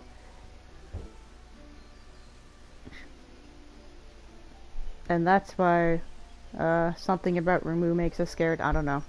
Beastmen will be beastmen. As you can see, I am racist. Looks like everyone else. So go talk to them, could you? Thanks. Well, better to be safe than sorry, I guess. Do we strike at Ramu or leave the sylphs to their own ways? That is the question. Okay. So yeah, basically it's go talk to them to figure out if everything among the sylphs and their people are okay, or if there's something that they need that we should be worried about. Look, just let me go make friends with the fairies, okay? Just stop it. Urge you to exercise due caution. Sylphic tradition and etiquette bear little resemblance to our own. It would not do to have any cross-cultural faux pas get in the way of a productive parley. Okay, go to the place near them. Okay, I know. I know what to do. Okay.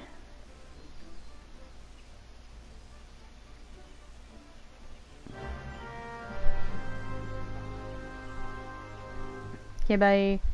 Also, Ida, where are your pants? Did you forget your... Whoa! Did you forget your pants, Ida?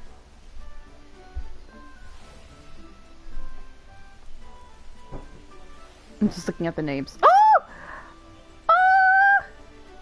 Okay! Oh, that's so cute! Aww. Okay, Nanama, we're going on a little trip.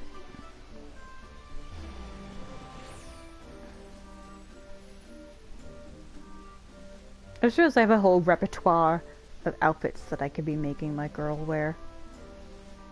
Because I try to change it from stream to stream. And I was wearing the Noctis outfit last time. The Noctis outfit is so good though. Or more like my goth summoner outfit. Like this is as casual, close to modern clothes as I want to get for her. Oh, I can't change glamour plates. Ha ha ha ha. It's a good excuse not to change it. Oh, I have to go to the pier first. Fuck me. The West Shore Pier was literally just right outside where I was. which is very annoying because I'm at the hut where they want me to be, but I have to talk to someone else first to learn that I can take a ferry around. God, I'm kind of annoyed at myself. And when I say kind of, I mean very. The birds are laughing at me.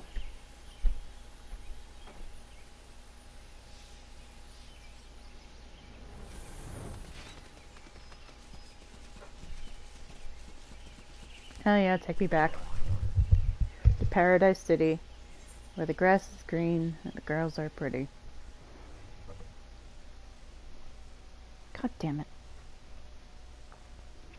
It's gonna be embarrassing when you guys see, like, where the person I had to talk to was. Oh, okay, I was wrong. I thought it was right next to the Twin Adders headquarters, but it's not. Hello! The ferry docked at the base of this hill will carry you across the lake. As you know, because you just came from across the lake. Okay? And head due east to where you just were. Thank you.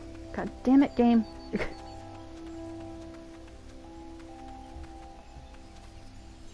Yes, I was just here. Shut up.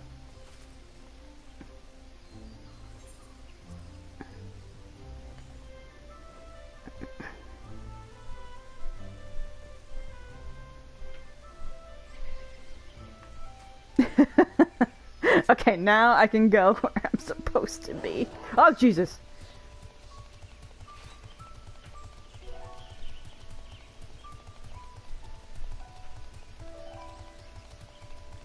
It's my wolfie friend. I almost got sidetracked going in a totally opposite direction. Oh, and then to talk also about one of the new classes, or the other new class rather, in Endwalker. I'm really looking forward to Reaper. Reaper looks so fucking cool. It looks as goth and nifty as Dark Knight.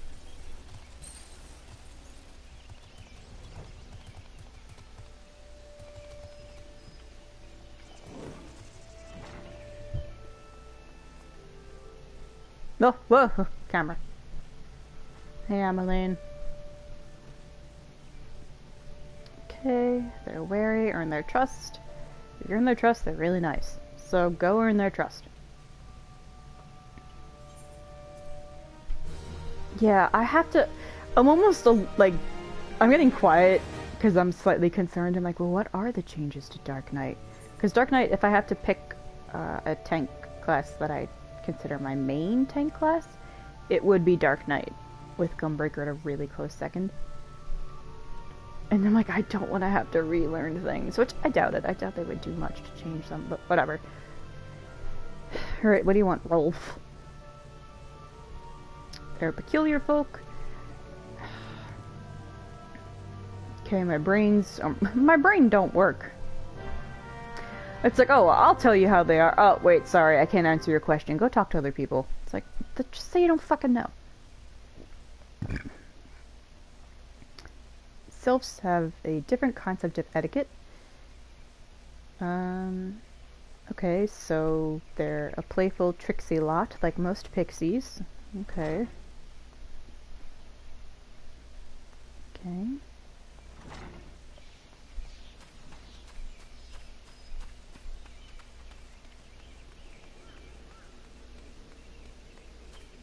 Hey, Mon.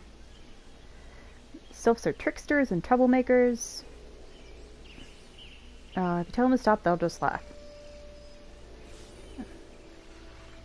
Apparently they don't harbor ill will, but they're still harmful pranks. Again, like pixies. Blaiset.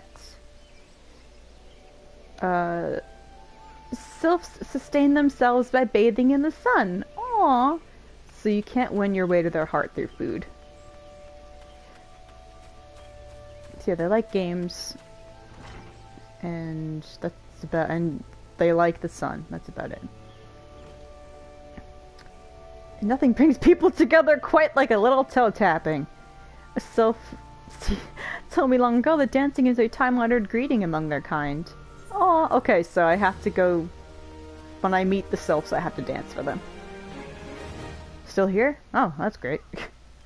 They don't take kindly to guests who show up empty-handed. You have to bring along something. I don't remember what it is.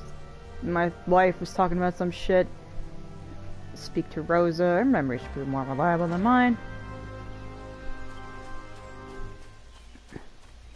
It's like, let me guess, you're just, that's why you don't do any work around here. It's why, like, everyone else in your family has things to do and you kind of just sit around. And why you have someone in the Twin Adders standing next to you always, so you don't go wandering off. That actually makes a lot of sense. Oh dear. And now I'm coming up with this, like, elaborate / kind of sad backstory for the man. Like, his memory sucks because he fought in the Battle of Cartano and can't remember shit. So I'm making fun of a dude with, like, significant memory loss via possible PTSD. Oh no. And the sylphs play tricks on him because they want his life to be full of laughter and silliness. Oh man! Oh man, I just made myself, like, kind of sad and kind of happy at the same time. Hello, Rosa. Peace offering? They have unusual tastes. Familiar with milk root? Called the root of the most famous seedkin, the Ochu. Okay, they want Ochu root.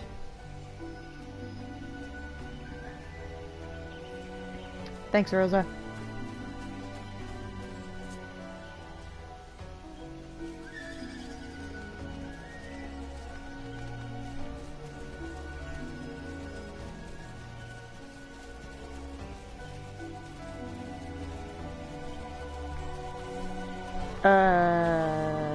What? Oh, there. A curious tussock. 2 sock, 2 pop, 2 chains. Yay. Oh, this is my... Oh, cool. Okay, this is my special. 1, 2, 3. 1, 2, 3, 4, 5, 6, 7. Okay, it's not a 9-tails, but I know that if a kitsune has 9 tails in, like, Japanese mythology, it's like the wisest and eldest it can ever be, and that fox mount has 7 tails, so it's up there in wisdom and age. Was my wife able to help you out? Yeah, you got a good wife. She's cool. Milk root, but of course. Apparently they get drunk off of it.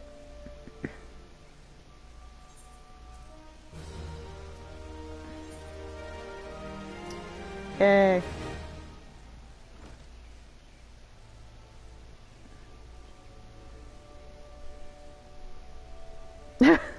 Alright, cool. Thanks for wrapping it up for me, buddy. I'd rather stuff my face in shit than smell it. Oh my god. Okay, sylphs are an eccentric bunch, but I've shared the company enough to know they're kind at heart. Aw.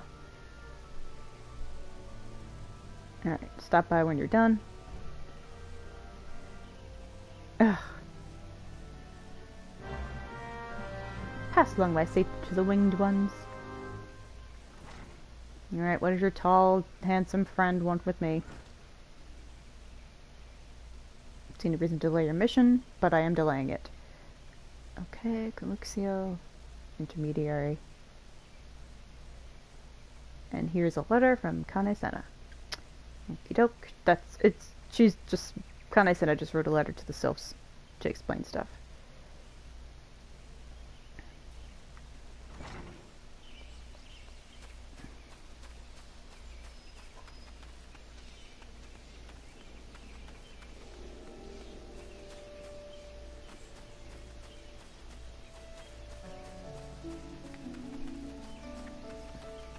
It's not a far trip to the sylphs. They live literally right down the road.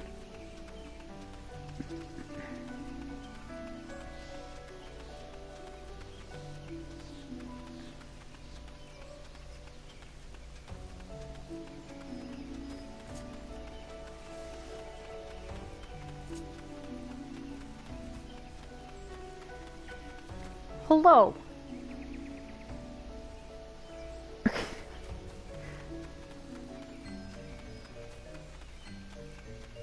Oh, the music is so cute. Ah! Hi, Camuxio. Walking One is not familiar to this one. This one does not trust strange walking ones. Strange dancing ones might be a different story, but this one expects no such thing. Walking One should go home and leave this one be. Alright, he wants me to dance at him.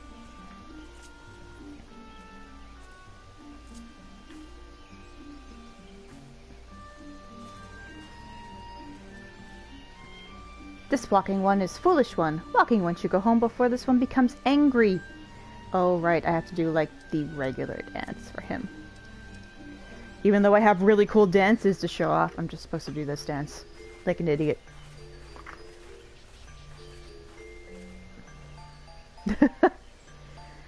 This one would welcome Walking One who moves like these ones. If Walking One would talk to this one will answer. This one is a busy one, so Walking One should speak with quick tongue. There you go. Walking One would bring gift to this one. Walking One is most kind. There you go. And there you go. Walking One brings milk root. Milk root fills this one with great joy. This one gives thanks. Gives many, many thanks. This one's about to get shit-faced drunk. Walking One carries message for Elder One. This one will deliver the message to Elder One. Walking One should not worry.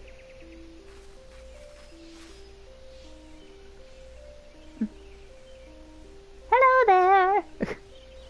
I'm not going to give her a voice because I actually kind of respect her a little bit. We're envoys from Gridania, and we're here to treat with you. We're here to treat with your people. What voice do I want to give him? Whatever. We come to pay respects to your elder and to learn from him more of your Lord Ramu.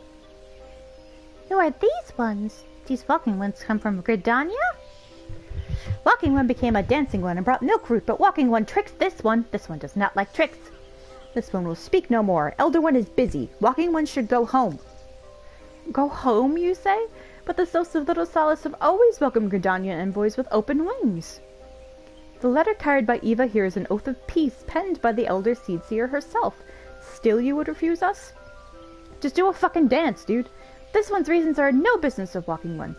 Elder One has no words for Gridania. Walking Ones waste everyone's time. Well, I never. Turned away at the gates. Whatever did we do to deserve such a rude welcome? Was Eva's jig insufficiently jiggy? I'll have you know my jig was perfectly jiggy, thank you.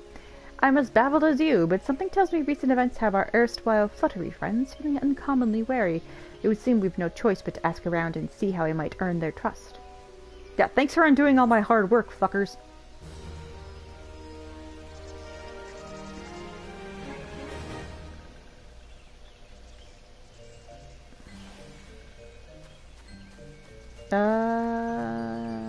Oh, I just... I didn't see you there, Ida. Dance, diplomacy? Oh my god. Say, Eva, are you in the mood for dancing? I literally just danced to make that one happy, and then you fucked it up. That's right, dancing. You went through all that trouble to learn Miss Sylph's traditional greeting, but you've greeted hardly any of them. Why, if I were a Sylph, I'd be beside myself with delight to see an adventurer expressing an interest in my culture. Me? Of course I'd be happy to join. Oh, ow! Ow, there go those bloody leg cramps of mine acting up again. Oh no! Oh, I couldn't possibly dance. Oh no. You have to go on without me.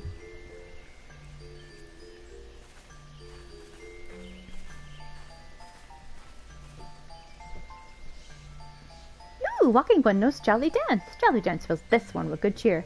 Let these two be friends. I like the way they refer to themselves, by the way.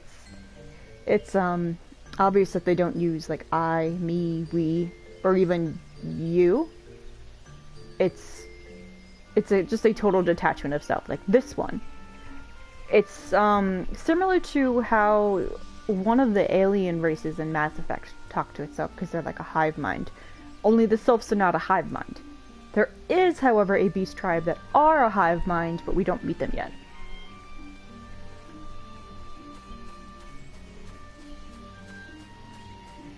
Amixia. Hello. They're so cute. I can't handle how adorable they are. Just look at them. They're precious. Walking One would be a friend to these ones. This one is overjoyed, but this one keeps the ways of weaving a secret. Even if Walking One learned the secret, Walking One could not weave in the same way. Don't worry, I honestly could not sew a stitch, so you're fine.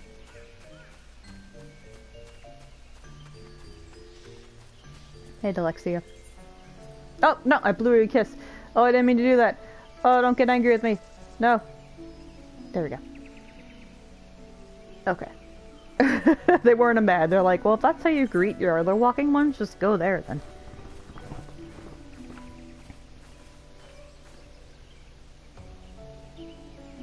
Walking one is a friend to these ones. Friendly like gracious elder one of Forest City. Aww. Yeah, they're talking about Kane-sana there. Knows how to dance into these ones' hearts. So apparently Kane-sana has also danced to say hello to them. That's really cute. Of course she would. Again, she's friends with Mooks.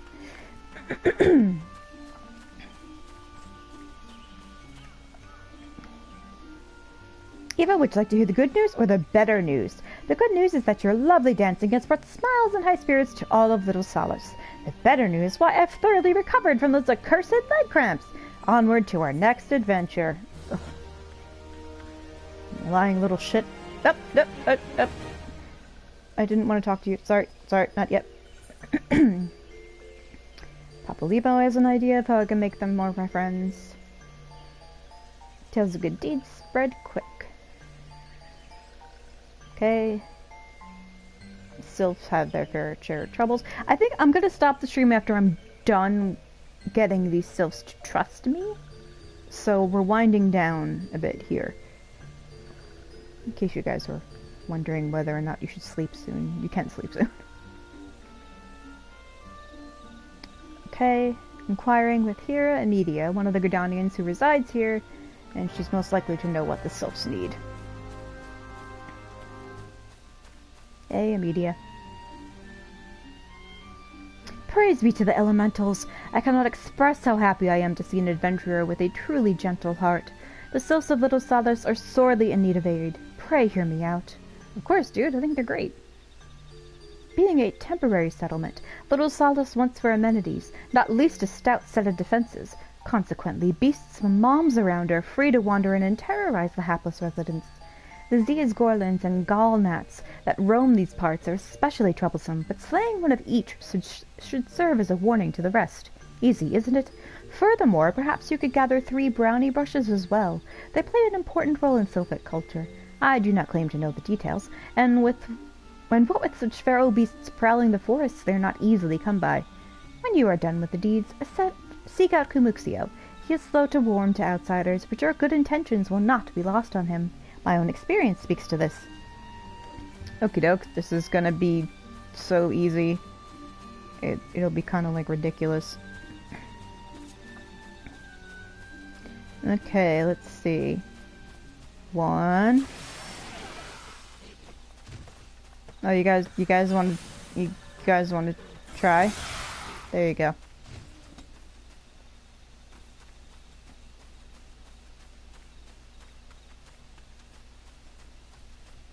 Let's see. Brownie brush.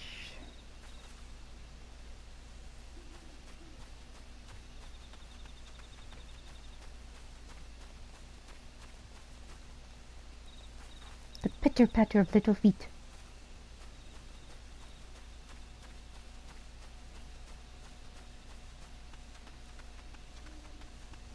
These aren't gall nuts? Those are giant nuts, okay.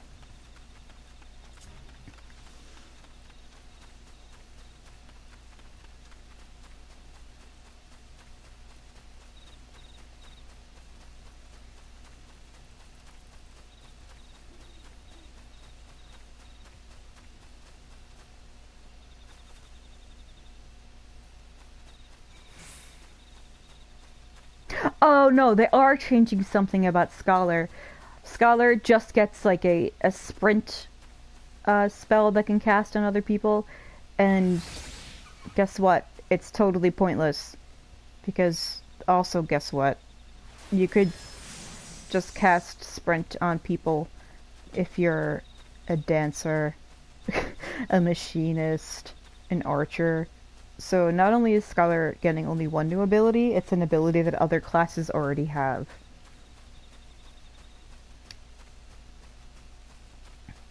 I mean, I guess technically they're getting a haste spell, and I have said before that I think a haste spell would be really good in this game. But then also you can just attach materia that increases your skill speed and spell speed, which are almost like haste, so you don't really need it. It would just be nice to have. Dancing One is still here? Dancing One can dance all night. This one's trust is not so easily earned. Oh, here's some mushrooms, buddy. Dancing One brings brownie brushes for this one. Well, this one can dye thread once more. This one is pleased. Dancing One kills bitey buzzy one? This one hates bitey buzzy ones. Dancing One is kind. Too kind. Many walking ones come to these one's abode, but few are friendly like Dancing One. Perhaps this one was wrong not to trust Dancing One after all. Oh my god. Yes, can we... And like they have like a little nightlight on their chests. They're so cute. Alright. Komuxio is gonna give us a task. This one asks Dancing One for forgiveness. These ones have many troubles since walking ones last came to our abode. This one must be careful, always careful. But Dancing One is not like other walking ones. This one can trust Dancing One. This one would ask Dancing One for help. Strange walking ones with bodies, whoa, I'm getting tired, of steel come to the home of these ones. This one thinks steel ones come from Empire. When Empire goes, many living ones become dead ones. Trees fall and bushes burn. These ones' home is in danger. Danger! This one begs of Dancing One to help this one no more. Dancing One is friends with these ones and walking ones, yes? Dancing One must speak to these ones here and walking ones in Hut House and find out more. This one has bad feeling. This one fears steel ones are after something, but this one should speak no more. Go, Dancing One. This one depends on kindness of Dancing One. Oh, okay, I remember how this questline ends. It ends with unlocking a dungeon. So I think I want to get that far, and then I'll call it a night. Okay. Steel walking ones have big boxes. And luckily I don't have to read all that dialogue.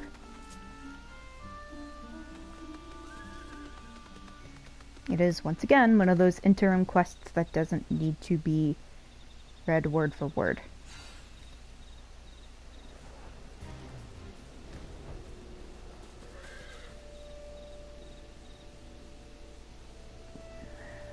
Imperials deep in the forests. Doesn't really know what they're there for or why. That's the implication of what you said anyway, not the full translation. Oh, god damn it, why do I always assume they're back here? Hey, Victor. Imperial soldiers. Couldn't tell you what they're plotting, but I'm sure it's nothing good. Wow! Oh, well, I mean, he did tell me there were Imperial soldiers, so now I finally know why. Or what, rather, the armored ones are. I'm like, wow, that was fucking brilliant, thank you. I'm like, wait, no, that actually did confirm. Shut up, Fate. Do do do do do do do do do do do do do.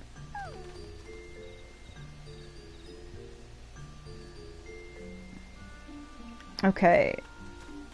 And the Imperial soldiers apparently have friends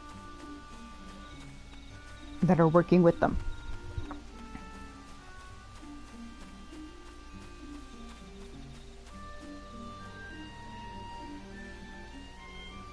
What did Dancing One learn?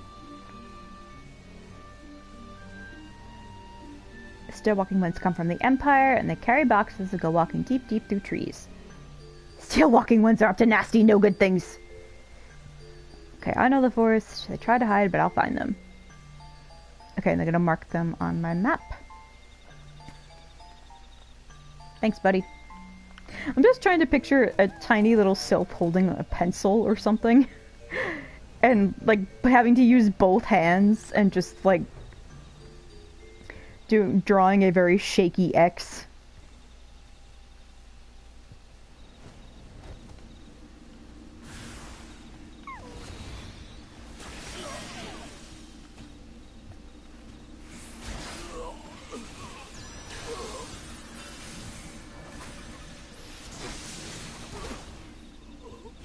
Yeah, nice try, fuckers.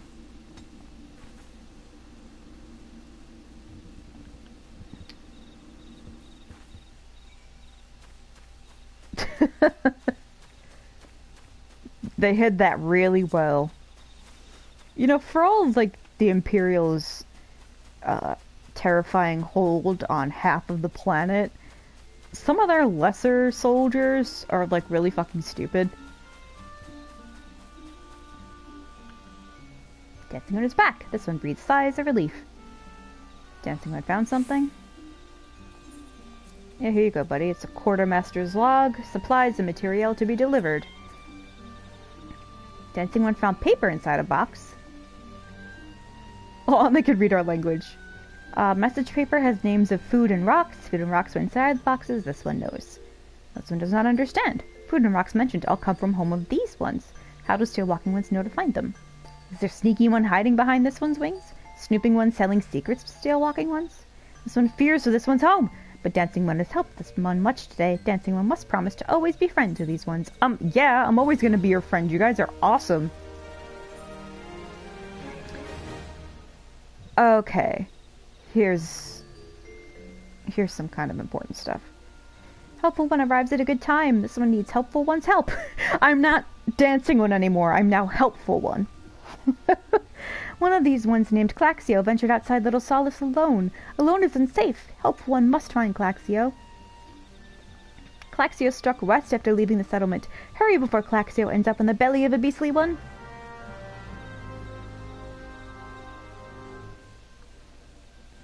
Alright, and this is where I'll leave off. I know I said I'd stop before the dungeon, but that's still a little ways down this quest chain. So I think ending on this little cliffhanger of, oh my god, we have to go save one of these dudes' friends is a good cliffhanger for tomorrow. Now, my brother's coming over tomorrow. I'm assuming probably either in like early afternoon or maybe later. My mom may want him to stay for dinner. So I had planned to stream all day. So what I might do is when I get up, I'll start streaming, which I get up normally around like 9:30. I'll go to my brother shows up if it's early afternoon. If not, I'll just stop in early afternoon and then pick it up again at night. And then Sunday we'll do it all day, like genuinely all day, like I used to do for my Persona 5 Royal streams, because I am genuinely serious when I say I want A Realm Reborn to be done by the end of next week. And that is including post-expansion content. So we've got a bit ahead of us.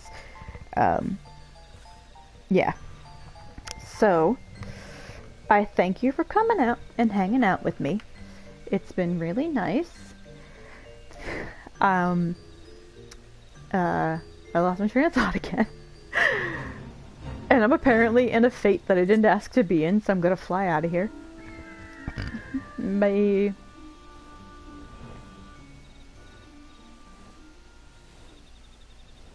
Okay. Let me go here where it's safe. So thanks again. I hope you all have a good night. I'm pretty sure some of you fell asleep, which is fine. I don't mind talking to myself. And me and my burb friend and little baby Nanamo. Little baby Nanamo. Wish you a good night.